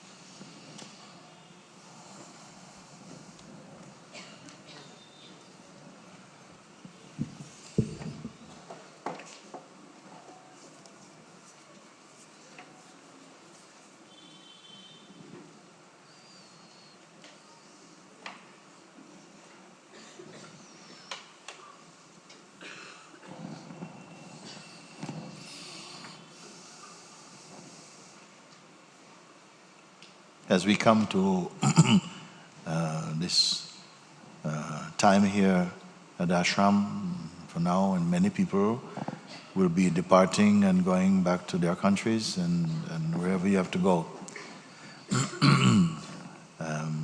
We bless you for a happy journey and travels, and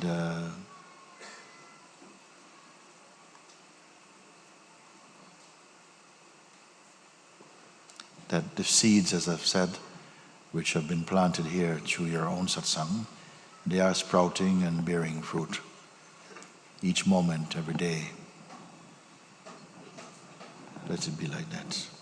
I want to put some attention to something which is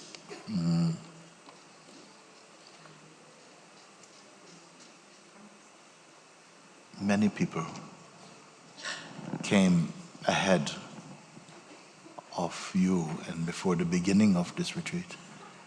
They traveled from Mantasahaja and from all over the world, in fact, because they wanted to participate in preparing the place with all the different things that needed to be done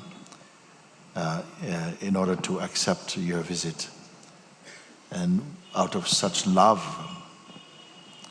they have worked here, and with such attention to detail. But everything enveloped in this love and this selfless sharing and joy. And I feel it is time also, there are so many, in fact, so many people. And I have also so many teams. I cannot read out all these teams. Some of them I will say because of the unique work. But I will start also, I would like to acknowledge that Swami Sri Satantrananda's acceptance of our visit in this ashram. Swamiji, thank you so much for this. Swamiji is here.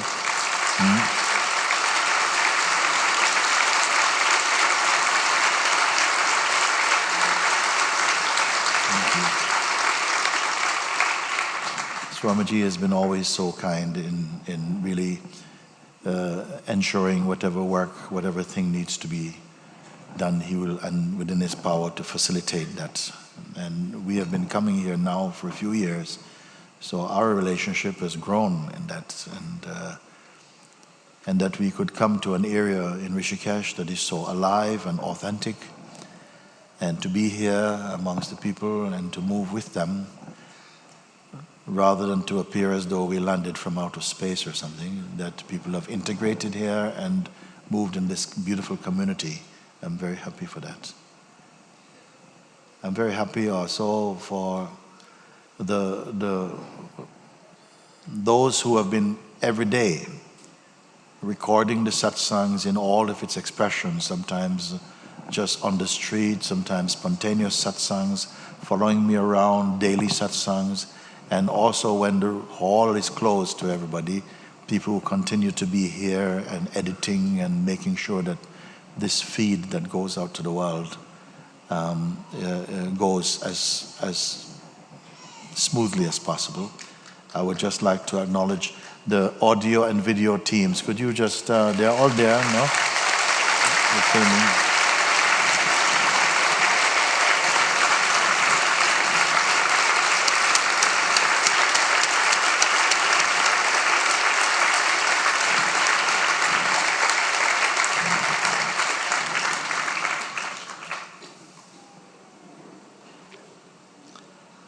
And please bear with me, because I think they have also been so persistent and consistent.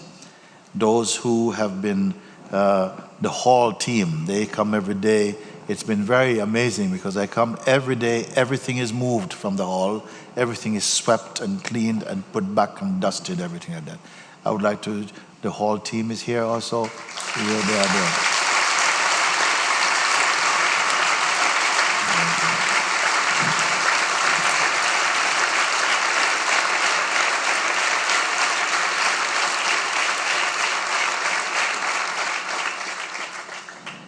And you know, each day there's been groups of people who have given up their space to sit in satsang, and they have been translating. I can see them, I'm waving to them now, in the back room, translating into different languages around the world so that people from different parts of the world, and some are here also, can follow satsang in their native tongue.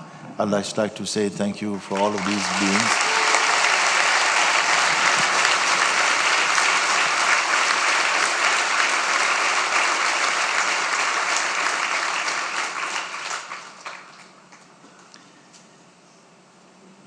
Those who have provided food for us each day from the kitchen, the catering team also, we'd like to acknowledge their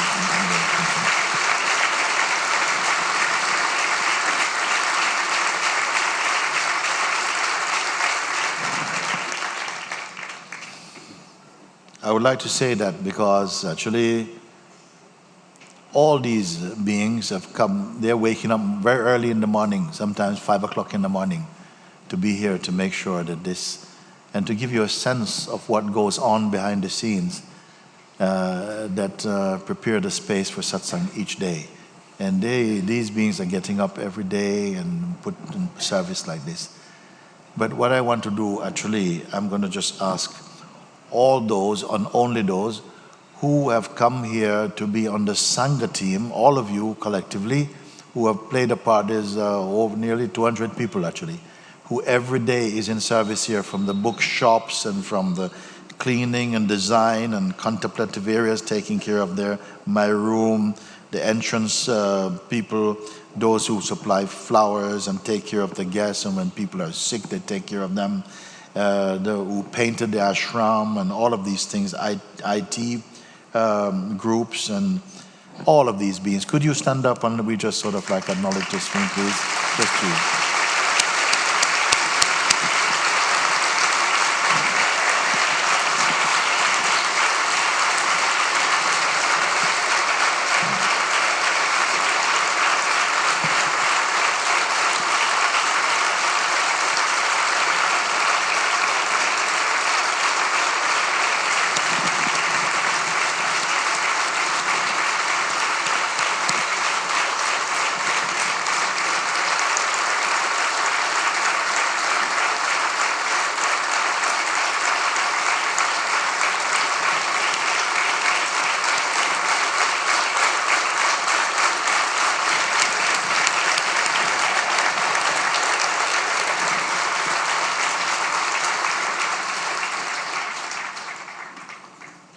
I wanted to ask them to stand because there are people here who you never see them. You never see them. They work behind the scenes and quietly, not looking for recognition even, but they do this out of love.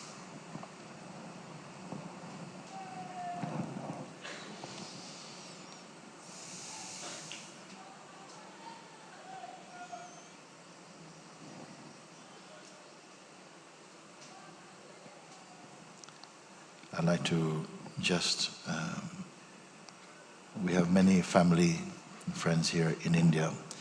I'm going to call some names because without their help also, none of this could happen. And you just stand as I call you. Well, Ananta is not here at the moment. Chaitanya is here also without Chaitanya's help. Shankar, where is Shankar? Hina, where is Shankar? Hina, where are you? Pritamji,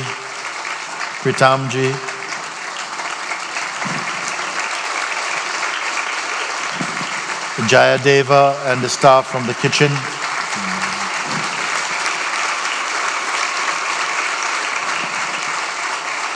My beloved Mimi and Sanjay, please stand up right at this place. Where is Mimi?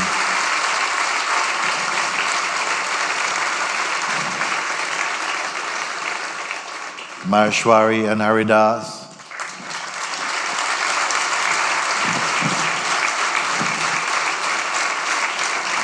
Gopalji, where's Gopal? Gopal.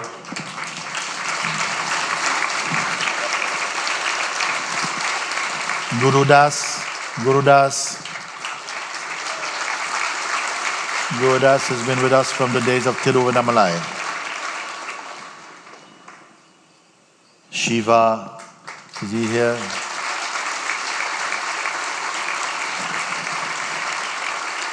They say Shiva has done a fatu. We won't tell you what that means.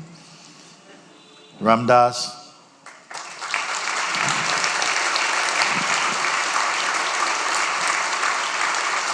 Raji.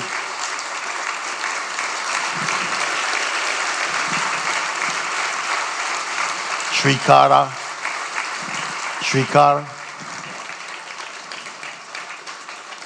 Pradeep. Usha. Where are you?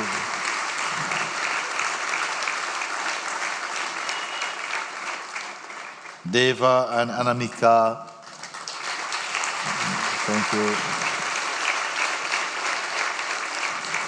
Miraji, where is Mira? Mira, where are you? Amaru. I was not here at the moment. Rishi, where's Rishi?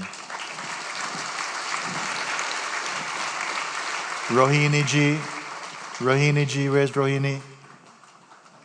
There she is. Satyam and Oma Devi, where are you? Satyam and Oma Devi. There, I don't know there.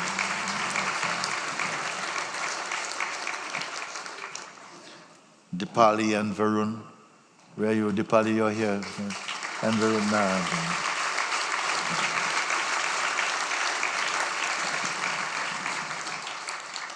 I just wanted to take the time to really, they were not expecting this, but I felt that without their help and their support, energetically and from the heart also, that everything here contributed to the flow of satsangs here. And we have been nearly 2,000 people now here. And normally in gatherings of this size, there are some mishaps, there are some accidents, lots of things going wrong. We have been somehow sailing by grace, and much to do with the cooperation of people here on every level. And I feel it is time just to acknowledge that and to say thank you to all those who came in this way, and to all of you who come, without whom there could be no satsang. And we're very happy always for you.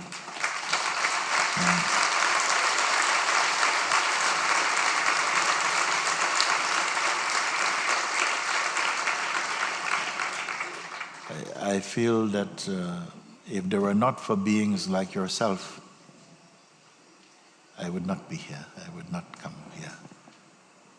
I would not want to be here in life if there were not beings who were in search of truth. I love you and I am with you. Thank you for that.